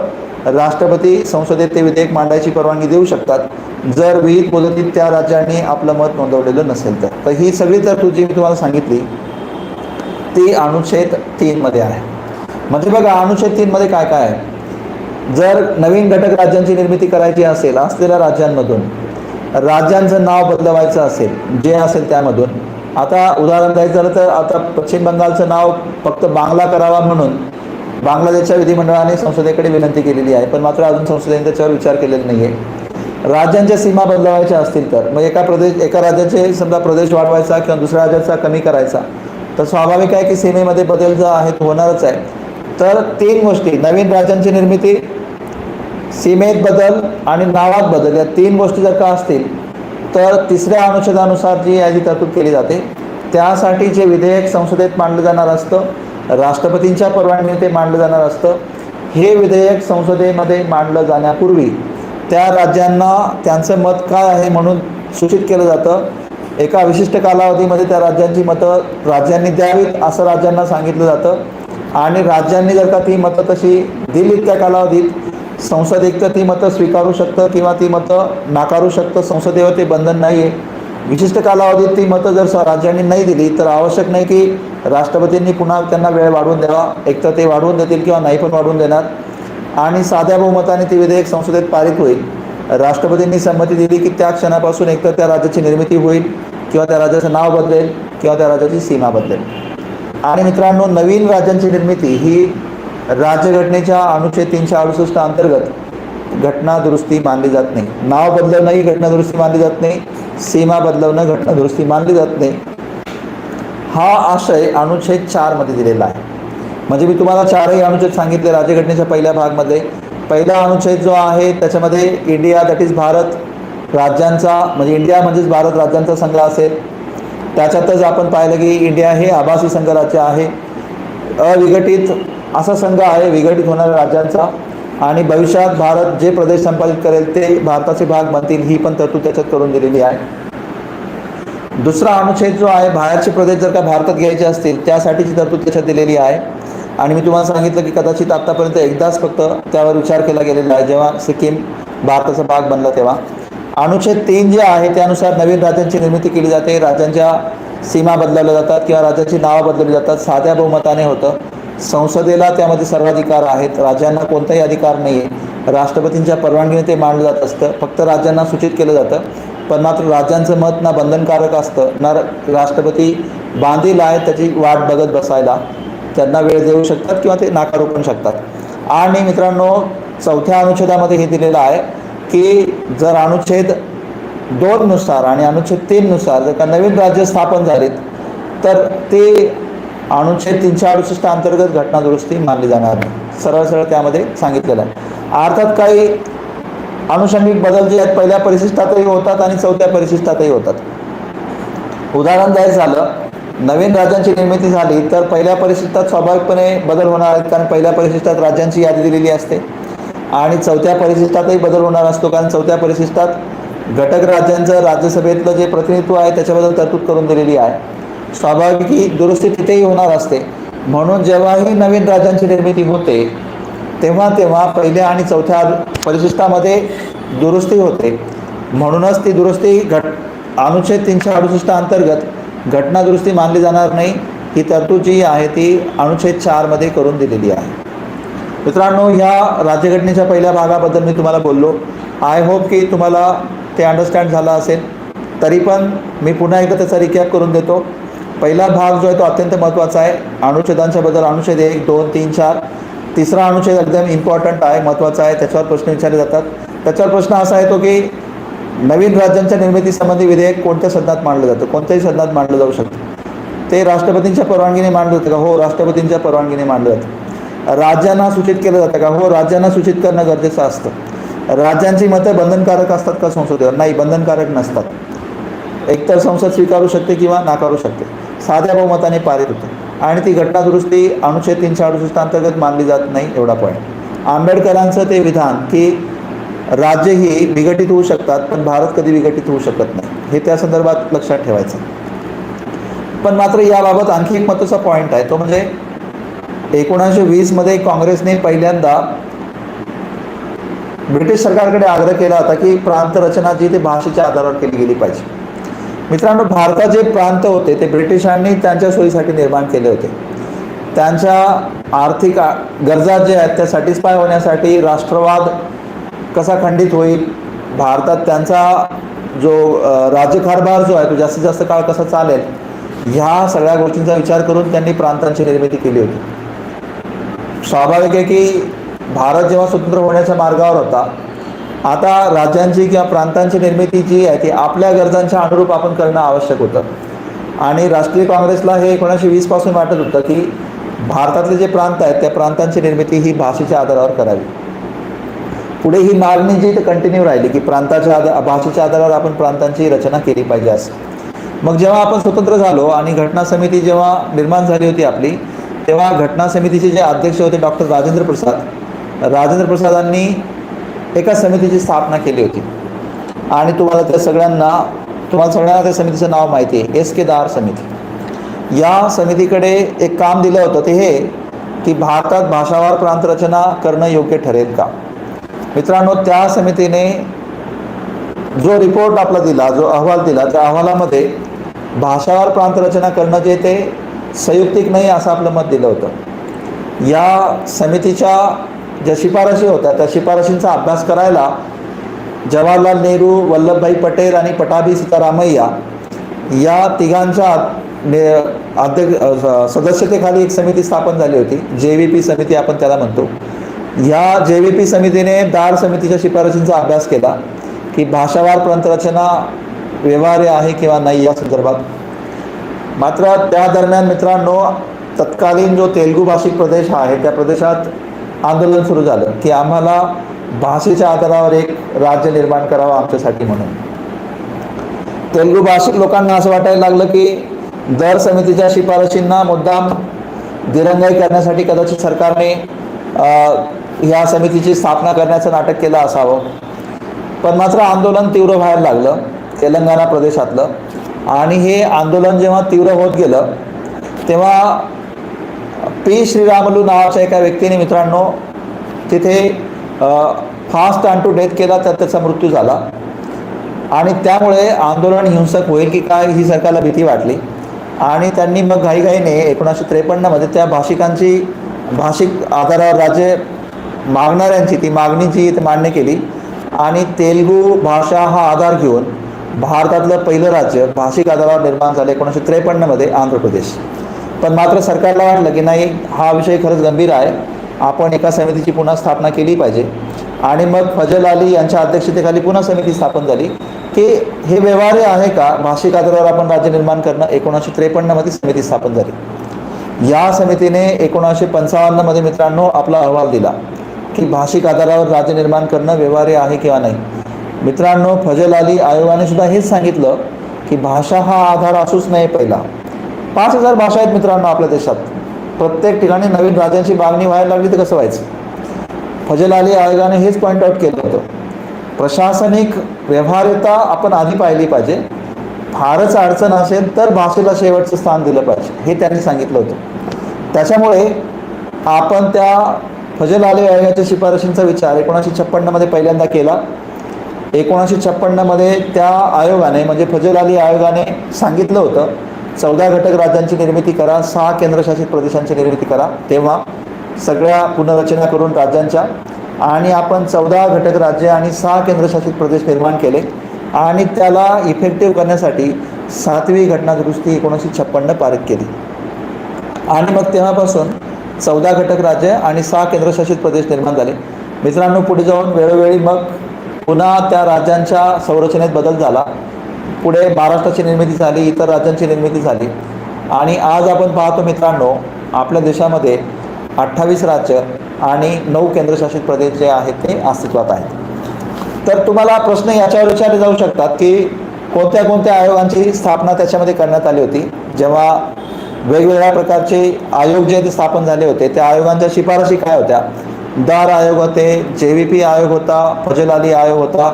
या आयोगांचा क्रम जो आहे विचारला जाऊ शकतो, त्यांच्या शिफारशी तुम्हाला विचारल्या जाऊ शकतात, त्यांची स्थापनेचे वर्ष जे आहे त्याच्याबद्दल तुम्हाला प्रश्न विचारले जाऊ शकतात.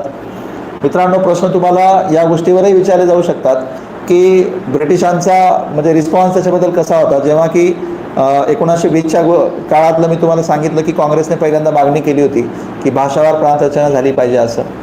भारतातलं पहिलं राज्य जे आहे ते भाषिक आधारावर जे निर्माण झालं होतं ते कोणतं राज्य होतं त्याच्याबद्दल तुम्हाला प्रश्न विचारला जाऊ शकतो.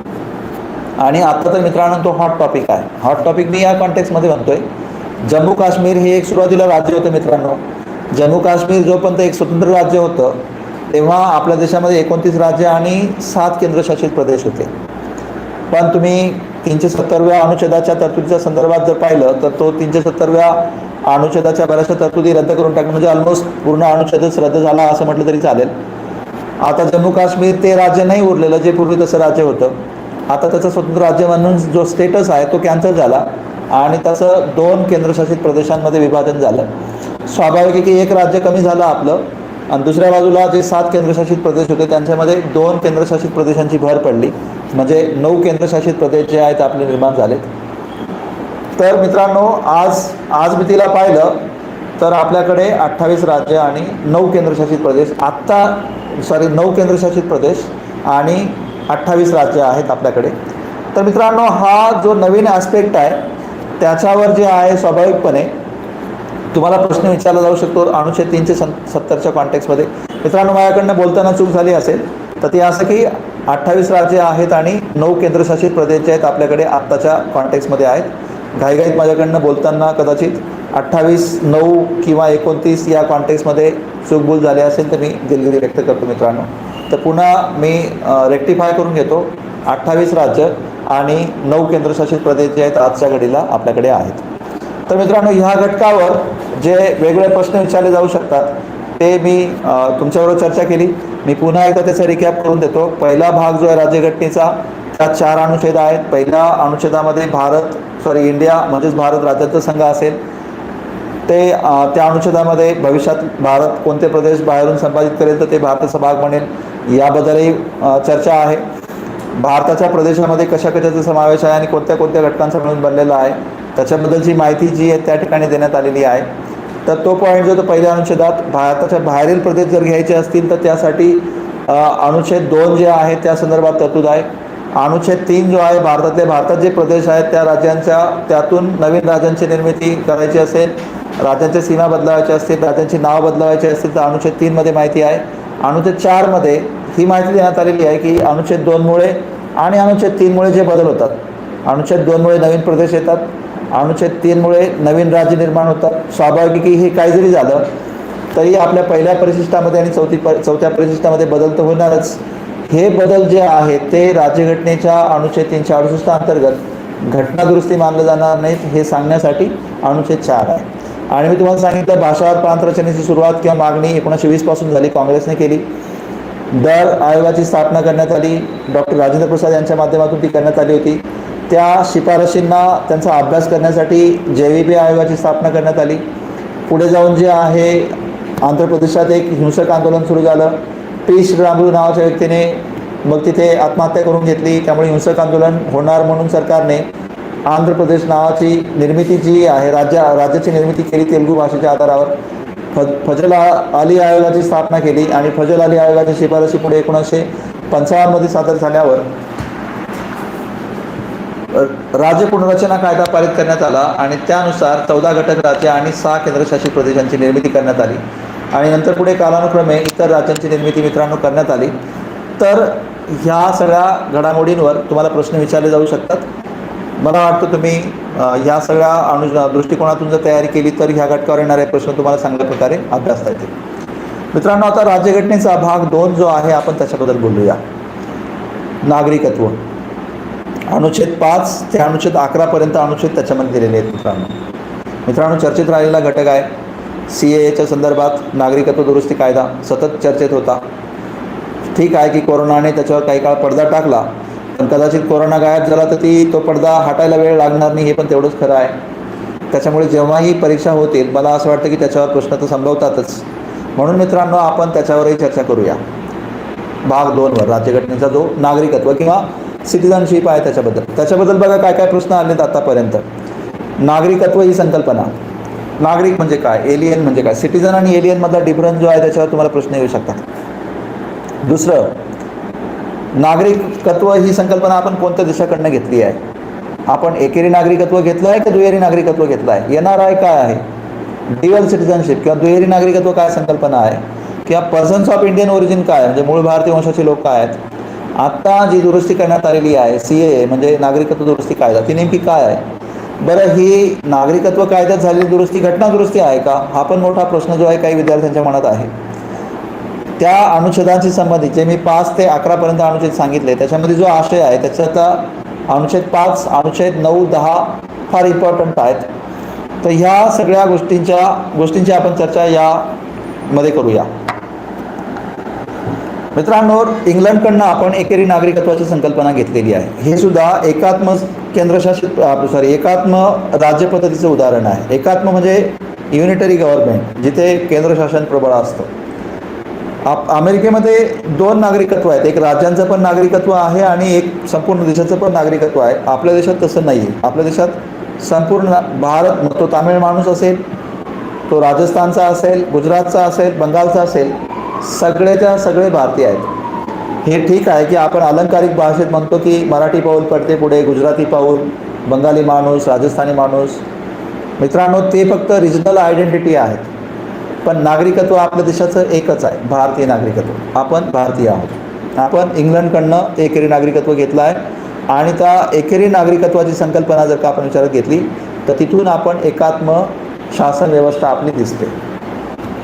दुसरं मित्रांनो, नागरिकत्वाच्या संदर्भात आपण राज्यघटनेमध्ये जर पाहिलं तर कुठेही नागरिकत्व प्राप्त करण्यासाठी पण स्पष्टपणे सांगितलेलं नाही आणि नागरिकत्व रद्द होण्यासाठी काय तरतूद आहेत ते पण स्पष्टपणे सांगितलेलं नाही.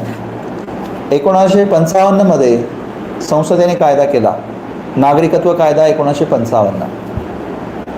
या कायद्याच्या माध्यमातून पहिल्यांदाच 5 तरतुदी नागरिकत्व प्राप्त करण्यासाठी निर्माण करण्यात आल्यात आणि 3 तरतुदी नागरिकत्व रद्द करण्यासाठी निर्माण करण्यात आल्यात. मी पुन्हा सांगतो, राज्यघटनेमध्ये स्पष्टपणे नागरिकत्व प्राप्त करण्याबाबत किंवा रद्द करण्याबाबत कोणतीही तरतूद सांगितलेली नाही. प्राप्त करण्यासाठी 5 तरतुदी आणि रद्द करण्यासाठी 3 तरतुदी सांगितलेल्या आहेत नागरिकत्व कायदा 1955 यानुसार, आणि ते पहिल्यांदाच संसदेने केलं. 55च्या आधी कोणतीही तरतूद राज्यघटनेच्या माध्यमातून करण्यात आलेली नव्हती किंवा कायद्याच्या माध्यमातूनही करण्यात आलेली नव्हती. 5 तरतुदी ज्या नागरिकत्व प्राप्त करण्यासाठी आहेत त्यामध्ये एक जन्माने, दुसरं वंशाने, तिसरं नोंदणी करून, चौथं जे आहे एखादा प्रदेश जो आहे तो भारतात म्हणजे सामील करून घेऊन, आणि 5वा जे ॲस्पेक्ट आहे तो नैसर्गिक अधिवासाने म्हणजे नॅचरलायझेशन. या 5 तरतुदींच्या माध्यमातून आपण पाहतो की नागरिकत्व जे आहे ते प्राप्त होतं. जन्माने म्हटलं तर आपण मित्रांनो आपल्या भारतीय आईवडिलांच्या पोटी जन्माला आलो, आपण भारतीय झालो जन्माने. वंशाने, जो भारताच्या बाहेर राहणारा एखादा माणूस आहे तो जर क्लेम करत असेल की त्याचे वडील, त्याचे आजोबा त्याचे ग्रँड पॅरेंट्स कोणी पण किंवा त्याचे ॲन्सेस्टर्स भारतीय होते हे जर का तो सांगत असेल, त्या आधारावर जे आहे त्यांनी जर सिद्ध करून दिलं तर तो वंशाने इथे भारतीय नागरिक जो आहे तो नागरिकत्व प्राप्त करू शकतो. नोंदणी करून जर समजा भारताच्या बाहेरून एखादी महिला भारतीय पुरुषाबरोबर विवाह करून इथे आली तर स्वाभाविक तिला भारतीय नागरिकत्व प्राप्त होऊ शकतं. नैसर्गिक अधिवासाने एखादी व्यक्ती जर समजा भारताच्या राज्यक्षेत्रात 7 वर्ष किंवा त्याहून जास्त काळ वास्तव्य करत असेल, त्या व्यक्तीला भारताची एखादी भाषा येत असेल, भारताच्या राज्यघटनेबाबत भारताच्या इथल्या कार्यपद्धतीबाबत त्या व्यक्ती एकनिष्ठता दाखवत असेल तर त्या व्यक्तीला भारतीय नागरिकत्व दिलं जाऊ शकतं. आणि आपण पाहिलं की सिक्कीमच्या संदर्भात जेव्हा दुसरा एखादा प्रदेश भारताचा भाग होतो, राष्ट्रपती एक अधिसूचना काढतात आणि त्या संपूर्ण प्रदेशातील जनता भारतीय नागरिक हे सांगतात. तर ह्या 5 गोष्टींच्या माध्यमातून भारतीय नागरिकत्व प्राप्त करता येतं. मित्रांनो, ह्या कायद्यामध्ये आत्तापर्यंत वेळोवेळी दुरुस्ती करण्यात आलेली आहे. मी जेव्हा जन्माने म्हटलं किंवा वंशाने म्हटलं तर त्या संदर्भात एक तरतूद करण्यात आलेली आहे की 31 डिसेंबर 2014 या दिवसापर्यंत जी व्यक्ती भारतात जन्माला आलेली आहे त्या व्यक्तीचे एक तर आई किंवा वडील जर का भारतीय असतील तर ती व्यक्ती जी आहे ती भारतीय नागरिक राहील, ही तरतूद करण्यात आलेली आहे. 9 वेळा आत्तापर्यंत त्या 1955च्या कायद्यामध्ये दुरुस्ती करण्यात आली. मित्रांनो, ती दुरुस्ती कायद्यात झालेली आहे, ती घटनेत दुरुस्ती झालेली नाही. स्वाभाविक की कायद्यात होणारी दुरुस्ती ही साध्या बहुमताने होते. कायद्यात दुरुस्ती झालेली आहे, ती घटनेत दुरुस्ती झालेली नाही. काही विद्यार्थ्यांच्या मध्ये तिथे अमेंडमेंट हा शब्द येतो. अमेंडमेंटचं सिंपल मिनिंग दुरुस्ती आहे. तर त्या दुरुस्ती ही फक्त ती कायद्यात झालेली आहे, ती घटनेत झालेली नाही आहे, हे लक्षात ठेवा. ओके. त्या संदर्भात मित्रांनो आणखी बऱ्याच गोष्टी चर्चेत होत्या, सेन्सस, NPR वगैरे. तर त्या गोष्टींचा पण तुम्ही अभ्यास करा. मला असं वाटतं की कारण प्रश्न हे त्याच्यावर सुद्धा विचारले जाऊ शकतात. मित्रांनो, 5 तरतुदी मी तुम्हाला सांगितलं नागरिकत्व प्राप्त करण्यासाठीच्या, तसेच 3 तरतुदी रद्द करण्यासाठीच्या आहेत. त्या 3 तरतुदींमध्ये एक तरतूद आहे व्हॉलंटॅरिली म्हणजे भारतीय माणूस स्वेच्छेने म्हणू शकतो की मला भारतीय नागरिक नाही राहायचं आहे. त्या केसमध्ये तो नागरिक राहणार नाही. जर समजा तो दुसऱ्या देशाचं नागरिकत्व स्वीकारत असेल तर, कारण राज्यघटनेच्या 9व्या अनुच्छेदामध्ये सांगितलेलं आहे तुम्ही दुसऱ्या देशाचं नागरिकत्व स्वीकारलं तर तुमचं भारतीय नागरिक राहणं जे आहे, तुम्ही दुसऱ्या देशाचं नागरिकत्व स्वीकारलं तर तुमचं भारतीय नागरिक म्हणून राहणं जे आहे ते बंद होऊ शकतं. हे 9व्या अनुच्छेदामध्ये सांगितलेलं आहे. आणि मित्रांनो, तिसरा ॲस्पेक्ट हा आहे, जर तुम्ही शत्रू राष्ट्राबरोबर तुम्ही व्यापार करत असेल किंवा शत्रू राष्ट्राबरोबर तुमची निष्ठा दाखवत असणार तर तुम्हाला भारतीय नागरिक म्हणून राहण्यास राज्य प्रतिबंधित करू शकतो. मित्रांनो, इथं असं झालं की शेजारच्यांबरोबर आपल्या घरच्यांचं भांडण चालू असताना आपण शेजाऱ्यांकडे गेलो तर घरचे आपल्याला पनिश करू शकतात. सरळ सरळ तसंच आहे. जर युद्ध चालू असेल एखाद्या देशाबरोबर आपलं आणि जर त्या देशाबरोबर आपण व्यापार चालू ठेवला किंवा त्या देशाबरोबर आपण निष्ठा व्यक्त केली किंवा त्या देशाच्या बद्दल आपण चांगलं सांगितलं काही तर आपल्याला नागरिकत्वापासून वंचित केलं जाऊ शकतं. तर ती तरतूद जी आहे ती ह्या तिसऱ्या भागात येते. म्हणजे 3 तरतुदी नागरिकत्व रद्द करण्यासाठी आहेत, 5 तरतुदी नागरिकत्व प्राप्त करण्यासाठी आहेत. नागरिकत्व प्राप्त करण्याच्या तरतुदी आणि रद्द करण्याच्या तरतुदी ह्या कायदेशीर आहेत, कारण संसदेने केलेल्या कायद्यानुसार त्या आहेत. घटनेची बॅकिंग त्यांना आहे, पण मात्र त्या तरतुदी कायदेशीर आहे ते लक्षात ठेवा. प्रश्न त्याच्यावर येऊ शकतो तुम्हाला.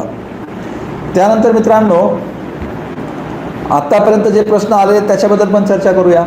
उदाहरणार्थ, आपलं नागरिकत्व एकेरी आहे ही संकल्पना आपण कोणत्या देशाकडनं घेतली? इंग्लंड. नागरिकत्वाच्या संदर्भात जे आहे दुरुस्ती कोण करू शकतं? तर भारतीय संसद. नागरिकत्व हा कोणत्या सूचीतला विषय आहे? तर तो केंद्र सूचीतला विषय आहे, कारण संसद कायदा करू शकते, यावरून लक्षात येतं. दुसरं, नागरिकत्व जे आहे ते एकेरी नागरिकत्वाच्या बाबत प्रश्न आपलं दुहेरी नागरिकत्वाबद्दलही प्रश्न विचारला गेलेला आहे, म्हणजे ड्युअल सिटिझनशिप. तर आपण त्या गोष्टींबद्दलही चर्चा करू. पण त्याच्या आधी मित्रांनो, मला वाटतं आपण 5वा अनुच्छेद तर 11व्या अनुच्छेदाबद्दल तिथे जो आशय आहे तो आशय थोडक्यात आपण बघूया. 5वा जो अनुच्छेद आहे मित्रांनो, त्याच्यामध्ये सांगितलेलं आहे भारतीय राज्यघटना ज्यावेळेस लागू झाली म्हणजे 26 जानेवारी 1950 त्या दिवशी आपलं नागरिकत्व, म्हणजे ज्या दिवशी म्हणजे आपली राज्यघटना लागू झाली त्या दिवशी जे लोक भारताच्या भूमीत होते किंवा ज्या लोकांचे ॲन्सेस्टर्स किंवा त्यांचे आपण असं म्हणू की वंशज भारतात होते, ते सगळे लोक जे आहेत ते भारतीय मानले जातील, ही तरतूद करण्यात आली. अर्थात तो दिनांक नंतर कालपरत्वे आपण पाहिलं की 1955चा जो कायदा आहे त्या कायद्यानुसार वाढवत नेण्यात आलेला आहे आणि मी तुम्हाला आताच सांगितलं की तो दिनांक 31 डिसेंबर 2014 असा करण्यात आलेला आहे, हे लक्षात ठेवा नागरिकत्व कायद्याच्या माध्यमातून. पण मात्र मूळ घटनेमध्ये तो दिनांक 26 जानेवारी 1950 असाच आहे. म्हणजे 26 जानेवारी 1950 या दिवशी भारताच्या भूमीमध्ये जे लोक वास्तव्यास होते ते लोक भारतीय आहेत हे त्यात सांगण्यात आलेलं आहे.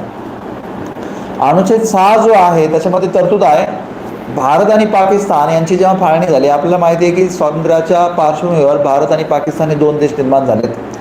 पाकिस्तानकडून अनेक निर्वासित भारताकडे आलेत, जसे अनेक निर्वासित भारतातून पाकिस्तानकडे गेलेत.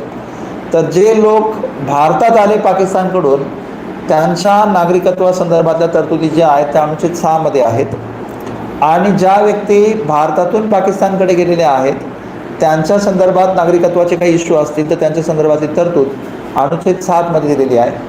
अनुच्छेद 8 मध्ये मित्रांनो अशा तरतुदी आहेत की ज्या मूळ भारतीय वंशाच्या लोकांसाठी आहेत. तुम्हाला माहिती आहे मित्रांनो, ब्रिटिश काळात अनेक व्यक्ती ज्या आहेत भारताच्या बाहेर वेगवेगळ्या कारणांसाठी वास्तव्यास होत्या, त्या तिकडे सेटल झाल्यात. या व्यक्तींना आपण PIOs म्हणतो किंवा पर्सन्स ऑफ इंडियन ओरिजिन म्हणतो. तर त्यांच्या संदर्भातल्या तरतुदी ज्या आहेत त्या अनुच्छेद 8 मध्ये करण्यात आलेल्या आहेत. अनुच्छेद 9 मध्ये हे स्पष्ट सांगण्यात आलेलं आहे की तुमचं नागरिकत्व एकेरी राहील. म्हणजे जर तुम्ही दुसऱ्या देशाचे नागरिक झालेत किंवा नागरिकत्व स्वीकारलं तर तुमचं भारतीय नागरिक म्हणून राहणं जे आहे ते बंद होईल, हे स्पष्टपणे त्या अनुच्छेद 9 मध्ये सांगितलेलं आहे. म्हणजेच आपण म्हणतो आपलं नागरिकत्व एकेरी आहे.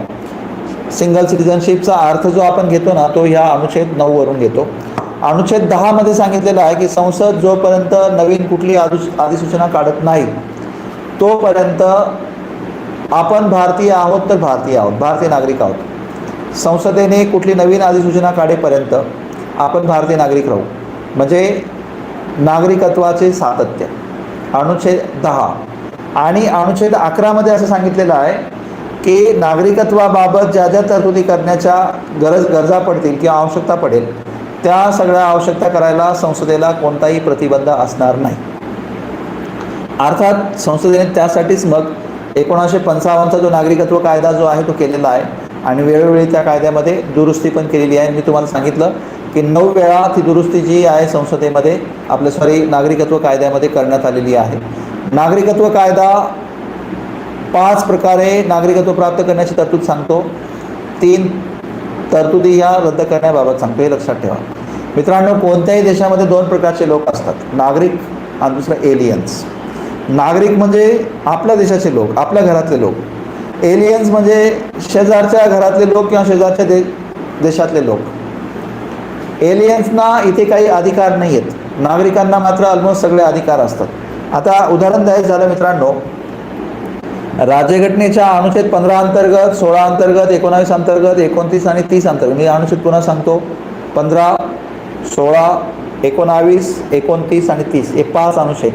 15, 16, 19, 29 आणि 30 हे 5 अनुच्छेद यांच्या अंतर्गत असलेले मूलभूत अधिकार फॉरेनर्सना अवेलेबल नाही आहेत, एलियन्सना अवेलेबल नाही आहेत, ते फक्त भारतीयांनाच अवेलेबल आहेत. हे फंडामेंटल राईट्स सोडून म्हणजे 15, 16, 19, 29, 30 सोडून बाकीचे सगळे राईट्स मग फॉरेनर्सना अवेलेबल आहेत, बाकीचे सगळे राईट्स. पण मात्र हे राईट्स फक्त आणि फक्त भारतीयांनाच अवेलेबल आहेत, हे लक्षात ठेवा. तो पॉईंट त्यासाठी इम्पॉर्टंट आहे की नागरिक आणि एलियनमध्ये काय डिफरन्स आहे ते आपल्याला कळलं पाहिजे. दुसरं, जे परदेशी देश एखादा जर का आपण शत्रू म्हणून घोषित केलेला असेल, सध्या तरी आपला कोणताही देश शत्रू नाही आहे किंवा घोषित केलेला नाही आहे, त्या शत्रू देशातला एखादा नागरिक जर का आपल्याकडे आलेला असेल त्याला आपण एलियन सिटिझन म्हणतो, एनिमी एलियन म्हणतो. त्या एनिमी एलियनला आपण इथे जे काही फंडामेंटल राईट्स आहेत, म्हणजे उदाहरणार्थ इक्वॅलिटी बिफोर लॉ, तो सुद्धा आपण डिनाय करू शकतो. त्या व्यक्तीला जे आहे इथे आपण प्रिव्हेंटिव्ह डिटेन्शनमध्ये ठेवू शकतो, त्याला बेल वगैरे जे आहे ते नाकारला जाऊ शकतो जर एनिमी एलियन असेल तर. फ्रेंडली एलियन असेल तर तो कॉमन सिटिझनसारखा जो आहे त्या केसमध्ये प्रिव्हिलेजेस एन्जॉय करू शकतो. हा पॉईंट लक्षात ठेवा. मित्रांनो, आणखी एक महत्त्वाचा ॲस्पेक्ट जो आहे तो मी सांगणं मला असं वाटतं की गरजेचं आहे. तो म्हणजे बरेच लोक विचारतात की PIO काय आहेत, काही लोक विचारतात की NRI काय आहे किंवा OCI काय आहे, ओव्हरसीज सिटिझन्स ऑफ इंडिया. मित्रांनो, मी नुकताच तुम्हाला बोललो सुरुवातीला PIOच्या बद्दल. अनुच्छेद 8 मध्ये त्याच्याबद्दलची तरतूद आहे. अनेक व्यक्ती ज्या आहेत भारताच्या बाहेर या ना त्या कारणाने वास्तव्यास होत्या ब्रिटिश काळात आणि नंतरही कालओघात त्या व्यक्ती ज्या त्याच देशांमध्ये सेटल झाल्यात आणि आज त्या देशामध्ये त्यांनी नागरिकत्व पत्करून घेतलेलं आहे, तिकडेच ते रहिवासी ते झालेले आहेत. काही लोकांनी नंतरच्या काळात अमेरिकेमध्ये जाऊन स्थायिक होणं पसंत केलेलं आहे, तिकडे ते स्थायिक झालेले आहेत. इकडच्या सगळ्या नातेसंबंध किंवा जे काही असतील त्यांना सोडून तिकडे ते सेटल झालेले आहेत. मित्रांनो, ह्या लोकांना भविष्यात भारताबद्दल काहीतरी वाटेल, भारतात त्यांना येऊन स्थायिक व्हावंसं वाटेल किंवा भारताचं नागरिकत्व प्राप्त करावंसं वाटेल किंवा ह्या व्यक्तींचा भारताला कुठे ना कुठेतरी फायदा पण आहे. मित्रांनो, तुम्ही हा शब्दप्रयोग ऐकला असेल, इंडियन डायस्पोरा किंवा एक भारतीय समुदाय जो आहे तो जगाच्या पाठीवर जिथे जिथे आहे तो तुम्ही पाहिला असेल की आपल्या ज्या गावाकडून आपण आलेलो आहोत त्या गावाचं आपल्याला नेहमीच कौतुक असतं, त्या गावाबद्दल आपल्याला अभिमान असतो. कारण मित्रांनो, तो अभिमान त्या गावाचा नसतो, तो आपला असतो, ती आपली आयडेंटिटी असते. स्वाभाविक की भारताच्या बाहेर जी माणसं काम करतायत त्यांनाही भारताबद्दल एक आदर असतो, भारताबद्दल गौरव, भारताचा गौरव तिकडे वाढवण्याचं काम ते करत असतात. ह्या समुदायाच्या माध्यमातून आपण आपला इंटरेस्ट जो आहे तो इंटरनॅशनल लेवलवर आपण नेऊ शकतो. तुम्ही पाहिलं असेल मागे भारत आणि अमेरिका हाईड ॲग्रीमेंट झाला किंवा न्यूक्लिअर डील झालं. ह्या हाईड ॲग्रीमेंटमध्ये किंवा न्यूक्लिअर डीलमध्ये जो 2008मध्ये घडला होता, अमेरिकेमध्ये असलेल्या भारतीयांची भूमिका फार महत्त्वपूर्ण होती. याच भारतीयांनी हा ॲग्रीमेंट घडून यावा म्हणून अमेरिकी प्रशासनावर दबाव टाकला होता आणि तो ॲग्रीमेंट घडून आणला होता. अनेक देशांमध्ये भारताच्या अनुरूप कायदे होतात, भारताला अहितकारक होईल असा कुठला निर्णय घेऊ दिला जात नाही. याला सर्वस्वी जे लोक जबाबदार असतात ते म्हणजे बऱ्यापैकी ते लोक असतात की जे कधी काळी भारताचे नागरिक होते, भारताचे रहिवासी होते, मात्र आत्ता दुसऱ्या देशात सेटल झालेले ते लोक आहेत. तर ह्या सगळ्या समुदायाला जे आज भारताचे नागरिक उरलेले नाही पण मात्र त्यांचे दादा परदादा किंवा ते कधीतरी भारताचे नागरिक होते, आज मात्र ते दुसऱ्या देशाचे नागरिक आहेत, त्या लोकांना आपण PIO म्हणतो, पर्सन्स ऑफ इंडियन ओरिजिन. बघा, ते आज भारतीय नाही आहेत, आज त्यांचे ॲन्सेस्टर्स भारतीय नाही आहेत, भारतीय होते फक्त, ते आता दुसऱ्या देशाचे नागरिक झालेले आहेत. त्या सगळ्या लोकांना आपण PIO म्हणतो आणि हा सगळा समुदाय याला आपण इंडियन डायस्पोरा म्हणतो. हा समुदाय आपल्यासाठी अनेक प्रकारे महत्त्वपूर्ण आहे, कारण तो भारताची निर्यात वाढवतो, भारताचा जो इंटरेस्ट आहे दुसऱ्या देशांमध्ये तो प्रोटेक्ट करतो, दुसऱ्या देशांमध्ये भारताच्या बाजूने काहीतरी निर्णय व्हावेत यासाठी तिकडे दबावगट म्हणून काम करतो. त्यासाठी ह्या समुदायाचं महत्त्व अगदी अनन्यसाधारण आहे आणि म्हणून मित्रांनो, ह्या समुदायाची पण आपण एक विशेष काळजी घेतो. या समुदायाला आपण PIO म्हणतो. मित्रांनो, या समुदायाची आपण विशेष काळजी कशी घेतो ते सांगणं मला आवश्यक वाटतं. जर कोणी फॉरेनर भारतात येण्याचा विचार करत असेल तर त्याला स्वाभाविक की भारताचा विजा घ्यावा लागेल. तो भारताचा विजा घेण्यासाठी स्वाभाविक की आता एक उदाहरण द्यायचं झालं तर अमेरिकेत आपण अमेरिकेचा एखादा नागरिक घेतला, त्याला भारतात येऊन काही काळ थांबायचं असेल तर त्याला अमेरिकेत जो आपला अँबॅसेडर आहे, राजदूत आहे, त्याच्याकडे जाऊन विजा घ्यावा लागेल. त्याला जर विजा मिळेल मित्रांनो भारताचा, तो फक्त 6 महिन्याचा भेटेल, म्हणजे त्याला 6 महिने भारतात वास्तव्य करता येईल. दुसरा कोणताही दुसऱ्या देशाचा नागरिक घेतला, त्याला जर का भारतात वास्तव्य करायचं असेल तो फक्त 6 महिने वास्तव्य करू शकतो. पण मित्रांनो, जर का हे मूळ भारतीय वंशाचे लोक असतील तर त्यांना इनडेफिनाईट पिरियडपर्यंत किंवा अनिश्चित कालावधीपर्यंत विजा मिळू शकतो, अनिश्चित कालावधीपर्यंत. म्हणजे दोघांमधला हा फरक आहे. म्हणून ती प्रिव्हिलेज आपण त्यांना दिलेली आहे की अनिश्चित काळापर्यंत तुम्हाला भारतात थांबता येईल, म्हणजे visa for an indefinite period, म्हणजे अनिश्चित काळापर्यंत तो विजा देता येऊ शकेल. मात्र मित्रांनो, त्यासाठी त्यांनी PIO कार्ड घ्यावं लागतं की मी PIO आहे, म्हणजे पर्सन्स ऑफ इंडियन ओरिजिन आहे, किंवा मी मूळ भारतीय वंशाचा आहे, हे त्यांनी क्रेडेन्शियलच्या माध्यमातून किंवा दस्तऐवजाच्या माध्यमातून सिद्ध करून द्यायचं असतं. अर्थात आपल्या त्या वकिलातीत, भारताची जी वकिलाती दुसऱ्या देशामध्ये आहे तिथे ते सांगायचं असतं. तर ज्या लोकांनी हे PIO कार्ड घेतलेलं असेल मित्रांनो, जे मूळ भारतीय वंशाचे लोक आहेत, त्यांना इनडेफिनाईट पिरियडपर्यंत भारतात येता येतं. भारत सरकारने मित्रांनो त्यांच्यासाठी आणखी प्रिव्हिलेजेस दिले आहेत. आता त्या प्रिव्हिलेजेस अशा आहेत की त्यांना आपण दुहेरी नागरिकत्वाची तरतूद देणार आहोत, दिली आहे. आणि त्यासाठी जो कायदा पारित केलेला आहे तो आहे ड्युअल सिटिझनशिप ॲक्ट 2003. नंतर त्याच्यामध्ये अमेंडमेंट केली 2005मध्ये, दुहेरी नागरिकत्व कायदा 2003. तेव्हा आपण काय केलं होतं की 16 देशांमधल्या मूळ भारतीय वंशाच्या लोकांना आपण दुहेरी नागरिकत्व दिलं होतं. पण मात्र त्याच्यामध्ये दुरुस्ती करून 2005मध्ये आपण आता संपूर्ण देश जे आहेत जगातले, पाकिस्तान आणि बांगलादेश सोडून संपूर्ण देशातल्या मूळ भारतीय वंशाच्या व्यक्तींना आपण आता दुहेरी नागरिकत्व दिले आहे. हे बघा, मी दुहेरी नागरिकत्व भारताच्या बाहेर वास्तव्यास असणाऱ्या नागरिकांच्या बाबत बोलतोय. तुम्ही कारण म्हणणार की आपण तर एकेरी नागरिकत्व घेतलं आहे, मग दुहेरी नागरिकत्व कसं? एकेरी नागरिकत्व हे आपल्यालाच लागू आहे आणि आपल्याला दुहेरी नागरिकत्व घेताच येऊ शकत नाही. कारण ज्या देशामध्ये ते लोक आहेत त्या देशात ते लोक तिकडे नागरिक आहेत, पण मात्र त्यांना आपण पाहुण्यासारखी वागणूक देणार आहोत, आपल्या नागरिकासारखी ट्रीटमेंट देणार आहोत. आपल्या नागरिकासारखी ट्रीटमेंट देताना आपण म्हणतोय की ते दुहेरी नागरिकत्व आहे, ड्युअल सिटिझनशिप. हे असे सगळे आपले नागरिक खरं तर दुसऱ्या देशाचे नागरिक आहेत. आपल्याकडे फक्त बिझनेस कन्सर्नसाठी येणार आहेत, आपल्याकडे ते इन्व्हेस्टमेंट करणार आहेत, फॉरेन डायरेक्ट इन्व्हेस्टमेंट घेऊन येणार आहेत. आपल्या देशाची त्याच्यामुळे भरभराट होणार आहे. ते त्यांच्याकडनं भांडवल आणून आपल्याकडे उद्योगांची स्थापना करणार आहेत, रोजगार निर्मिती होणार आहे. या सगळ्या गोष्टींचा विचार करून आपण त्यांना ते नागरिकत्व बहाल केलेलं आहे. त्याच्यामध्ये फायदा आपलाच जास्त आहे, म्हणून आपण त्यांना ते दुहेरी नागरिकत्व बहाल केलेलं आहे, हे लक्षात ठेवा. हे सगळे लोक मात्र त्यांच्या सगळ्या फॅमिलीज, त्यांच्या सगळ्या इस्टेट्स, नागरिकत्व सगळं भारताच्या बाहेर आहे. म्हणून तर आपण त्यांना ओव्हरसीज सिटिझन्स ऑफ इंडिया असंही म्हणतो, म्हणजे OCI. तो जो कायदा आहे तो 2005मध्ये करण्यात आलेला आहे. मात्र मित्रांनो, भारतीय असे पण आहेत दुसऱ्या देशांमध्ये जे इथले आहेत, त्यांचं नागरिकत्व इथे आहे, त्यांचे सगळे ॲन्सेस्टर्स इथे आहेत, दादा परदादा त्यांचे फॅमिलीज इथे आहेत, पण फक्त आणि फक्त टेम्पररी पर्पजेससाठी ते भारताच्या बाहेर आहेत किंवा दुसऱ्या देशामध्ये वास्तव्यास आहेत. ते नोकरीला गेलेले आहेत, ते कोणत्या तरी उद्योगासाठी गेलेले आहेत, ते तिकडे स्थायिक व्हायला गेलेले नाही आहेत. ते येणार आहेत, ते येणार आहेत आणि येणार आहे, लक्षात ठेवा. त्याच्यामुळे स्वाभाविक की म्हणजे भारतात वास्तव्य करणाऱ्यांचा समुदाय, जे त्यांची फॅमिली भारतात, इथे इस्टेट्स भारतात, फक्त नोकरी किंवा काही कमर्शियल कन्सर्न्स आहे म्हणून ते भारताच्या बाहेर आहेत व्यापारी उद्देशासाठी. असे सगळे लोक जे आहेत त्या लोकांना आपण NRI म्हणतो, अनिवासी भारतीय म्हणतो. बरं, ह्या अनिवासी भारतीय आणि आपले दुहेरी नागरिकत्व म्हणजे OCI यांच्यामध्ये काय डिफरन्स आहे? मित्रांनो, आपण जसं नोकरीनिमित्त आपलं घर सोडून दुसरीकडे जातो म्हणून काय घरातले हक्क आपले बंद होत नाहीत, प्रभावित होत नाहीत. घरातले हक्क तसेच असतात.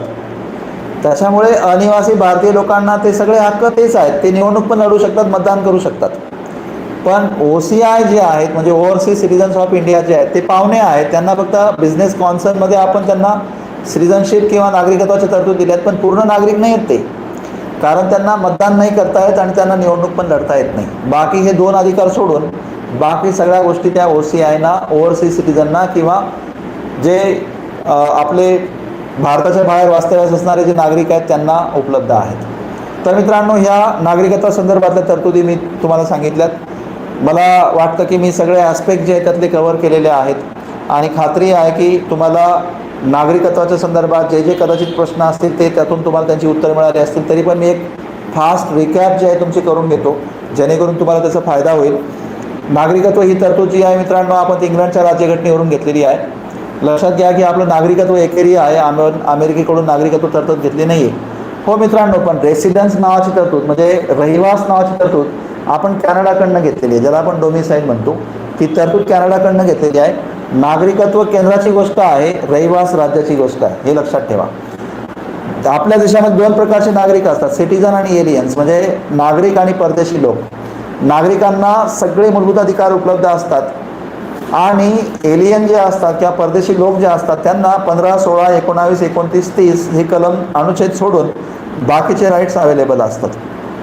दुसरं, अनुच्छेद 5 ते अनुच्छेद 11मध्ये म्हणजे राज्यघटनेच्या भाग 2मध्ये नागरिकत्वाबद्दलच्या तरतुदी करून दिलेल्या आहेत. आणि मला असं वाटतं की त्या अनुच्छेद 5, अनुच्छेद 9 आणि अनुच्छेद 11 सगळ्यात इम्पॉर्टंट आहेत. कारण 5मध्ये नागरिकत्वाच्या संदर्भात 26 जानेवारी 1950 नागरिकत्वाची तरतूद आहे, 9मध्ये एकेरी नागरिकत्वाची तरतूद आहे, 10मध्ये नागरिकत्वाचे सातत्य आहे आणि 11मध्ये हे सांगितलेलं आहे की संसद नागरिकत्वाबाबत तरतुदी करू शकतं. मित्रांनो, राज्यघटनेमध्ये नागरिकत्व प्राप्त करण्यासाठी कोणती तरतूद दिलेली नाही, नागरिकत्व रद्द करण्यासाठी स्पष्टपणे काही सांगितलेलं नाही. संसदेने त्यासाठी पहिल्यांदा कायदा केला 1955मध्ये, भारतीय नागरिकत्व कायदा 1955, आणि त्यानुसार नागरिकत्व प्राप्त करण्यासाठी 5 तरतुदी, रद्द करण्यासाठी 3 तरतुदी निर्माण करण्यात आलेल्या आहेत. म्हणजेच नागरिकत्व प्राप्त करणं आणि रद्द करणं या घटनात्मक तरतुदी नसून त्या कायदेशीर तरतुदी आहेत आणि त्याचाच एक भाग आता आपण पाहिला की CAA दुरुस्त करण्यात आला 9व्यांदा. ती दुरुस्ती जी आहे ती साध्या बहुमताने झाली, ती घटना दुरुस्ती नव्हती, हे लक्षात ठेवा.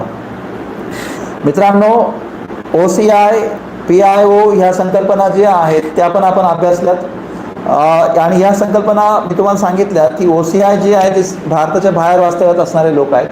PIO म्हणजे असे लोक आहेत की जे भारतीय वंशाचे होते, आता मात्र भारतीय नागरिक नाही आहेत, मात्र भविष्यात त्यांचा भारतासाठी उपयोग होतो.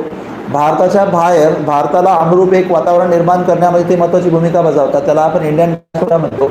म्हणून आपण त्यासाठी मित्रांनो प्रवासी भारतीय दिवस म्हणून पण साजरा करतो 9 जानेवारी हा दिवस. आणि भारताच्या बाहेर ज्या लोकांनी नावलौकिक कमवलेलं आहे त्या लोकांचा इथे आपण आदर सत्कार करतो. उद्देश हाच आहे की भारताची एक प्रतिमा आंतरराष्ट्रीय स्तरावर या समुदायाच्या माध्यमातून नेहमी उज्ज्वल होत राहावी. आपलं उद्दिष्ट मित्रांनो एक विकसित देश व्हायचं आहे, जगाचं नेतृत्व करायचं आहे, तर ह्या समुदायाची आपल्याला नितांत आवश्यकता आहे. म्हणून हा समुदाय महत्त्वाचा आहे PIO. आणि मी तुम्हाला सांगितलं की त्यांना काय काय प्रिव्हिलेजेस मिळतात. तर त्यांना मिळणारी प्रिव्हिलेज ही आहे की ते अनिश्चित काळापर्यंत भारताचा व्हिसा त्यांना मिळू शकतो. इतर लोकांना मात्र जो व्हिसा आहे तो फक्त 6 महिन्यापर्यंतच भेटू शकतो, हे लक्षात ठेवा. तर मित्रांनो, हे नागरिकत्वाबद्दलच्या मी तरतुदी तुम्हाला सांगितल्यात. आय होप तुम्हाला या सगळ्या संकल्पना ज्या आहेत ते समजल्या असतील. आणि मित्रांनो, आज आपण ह्या राज्यघटनेचा म्हणजे भाग 1 आणि भाग 2 त्याचबरोबर राज्यघटनेची उद्देशपत्रिका यांच्याबद्दलही जाणून घेतलं. राज्यघटनेची निर्मिती कशी झाली त्याबद्दलही जाणून घेतलं. मित्रांनो, राज्यघटनेची निर्मिती मी सांगत असतानाच एका तांत्रिक अडचणीमुळे आमचा इथली यंत्रणा जी आहे ती खंडित झाली होती. त्यामुळे काही काळ जे आहे मला हा कार्यक्रम जो आहे तो आपल्यापर्यंत पोहोचवता आला नाही. कदाचित हा व्यत्यय जो आहे ह्या कार्यक्रमाची उपयुक्तता कदाचित थोडी डिस्टर्ब करण्यासाठी कारणीभूत ठरला असेल, तर मी आपल्याकडे दिलगिरी व्यक्त करतो. आणि जे काही ह्या कार्यक्रमाच्या दरम्यान 10 मिनिटासाठी घडलं, किमान 10 मिनिटासाठी ते घडलं असेल, तर तशी गोष्ट जी आहे ती पुन्हा होणार नाही अशी अपेक्षा मी आपल्याकडे व्यक्त करतो, म्हणजे खात्री देतो. आणि जे काही दिरंगाई झाली किंवा जे काही या कार्यक्रमाच्या दरम्यान मला असं वाटतं की व्यत्यय आला, त्या व्यत्ययाबाबत तुम्ही आम्हाला सांभाळून घ्यावं अशी अपेक्षा जी आहे मी आपल्याकडे व्यक्त करतो. मित्रांनो, या कार्यक्रमाच्या दरम्यान जे पण काही प्रश्न तुम्हाला पडले असतील ते प्रश्न जे आहे तुम्ही कमेंट बॉक्समध्ये विचारा. त्या कमेंट बॉक्समध्ये विचारलेल्या सगळ्या प्रश्नांची उत्तरं जी आहेत मी उद्याच्या कार्यक्रमामध्ये देण्याचा प्रयत्न करेल. हा कार्यक्रम उपयुक्त व्हा म्हणून जेवढ्या सूचना तुम्हाला आणखी करता येतील त्या सूचना करा. त्या सूचनांचा आम्ही स्वीकार करू, आनंदाने स्वीकार करू, कारण या कार्यक्रमाची उपयुक्तता जी आहे ती जास्तीत जास्त चांगली व्हावी हा उद्देश आमचा आहे.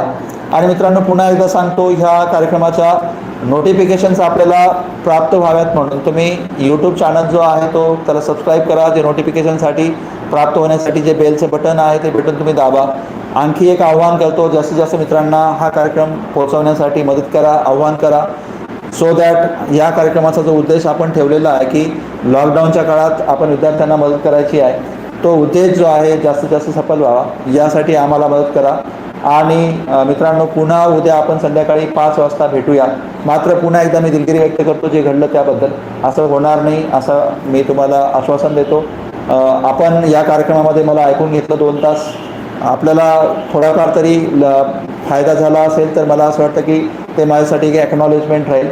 आणि तुम्ही पुन्हा उद्यासाठी मला असं वाटतं की तयार झाला अशी अपेक्षा मी व्यक्त करतो आणि थांबतो. धन्यवाद.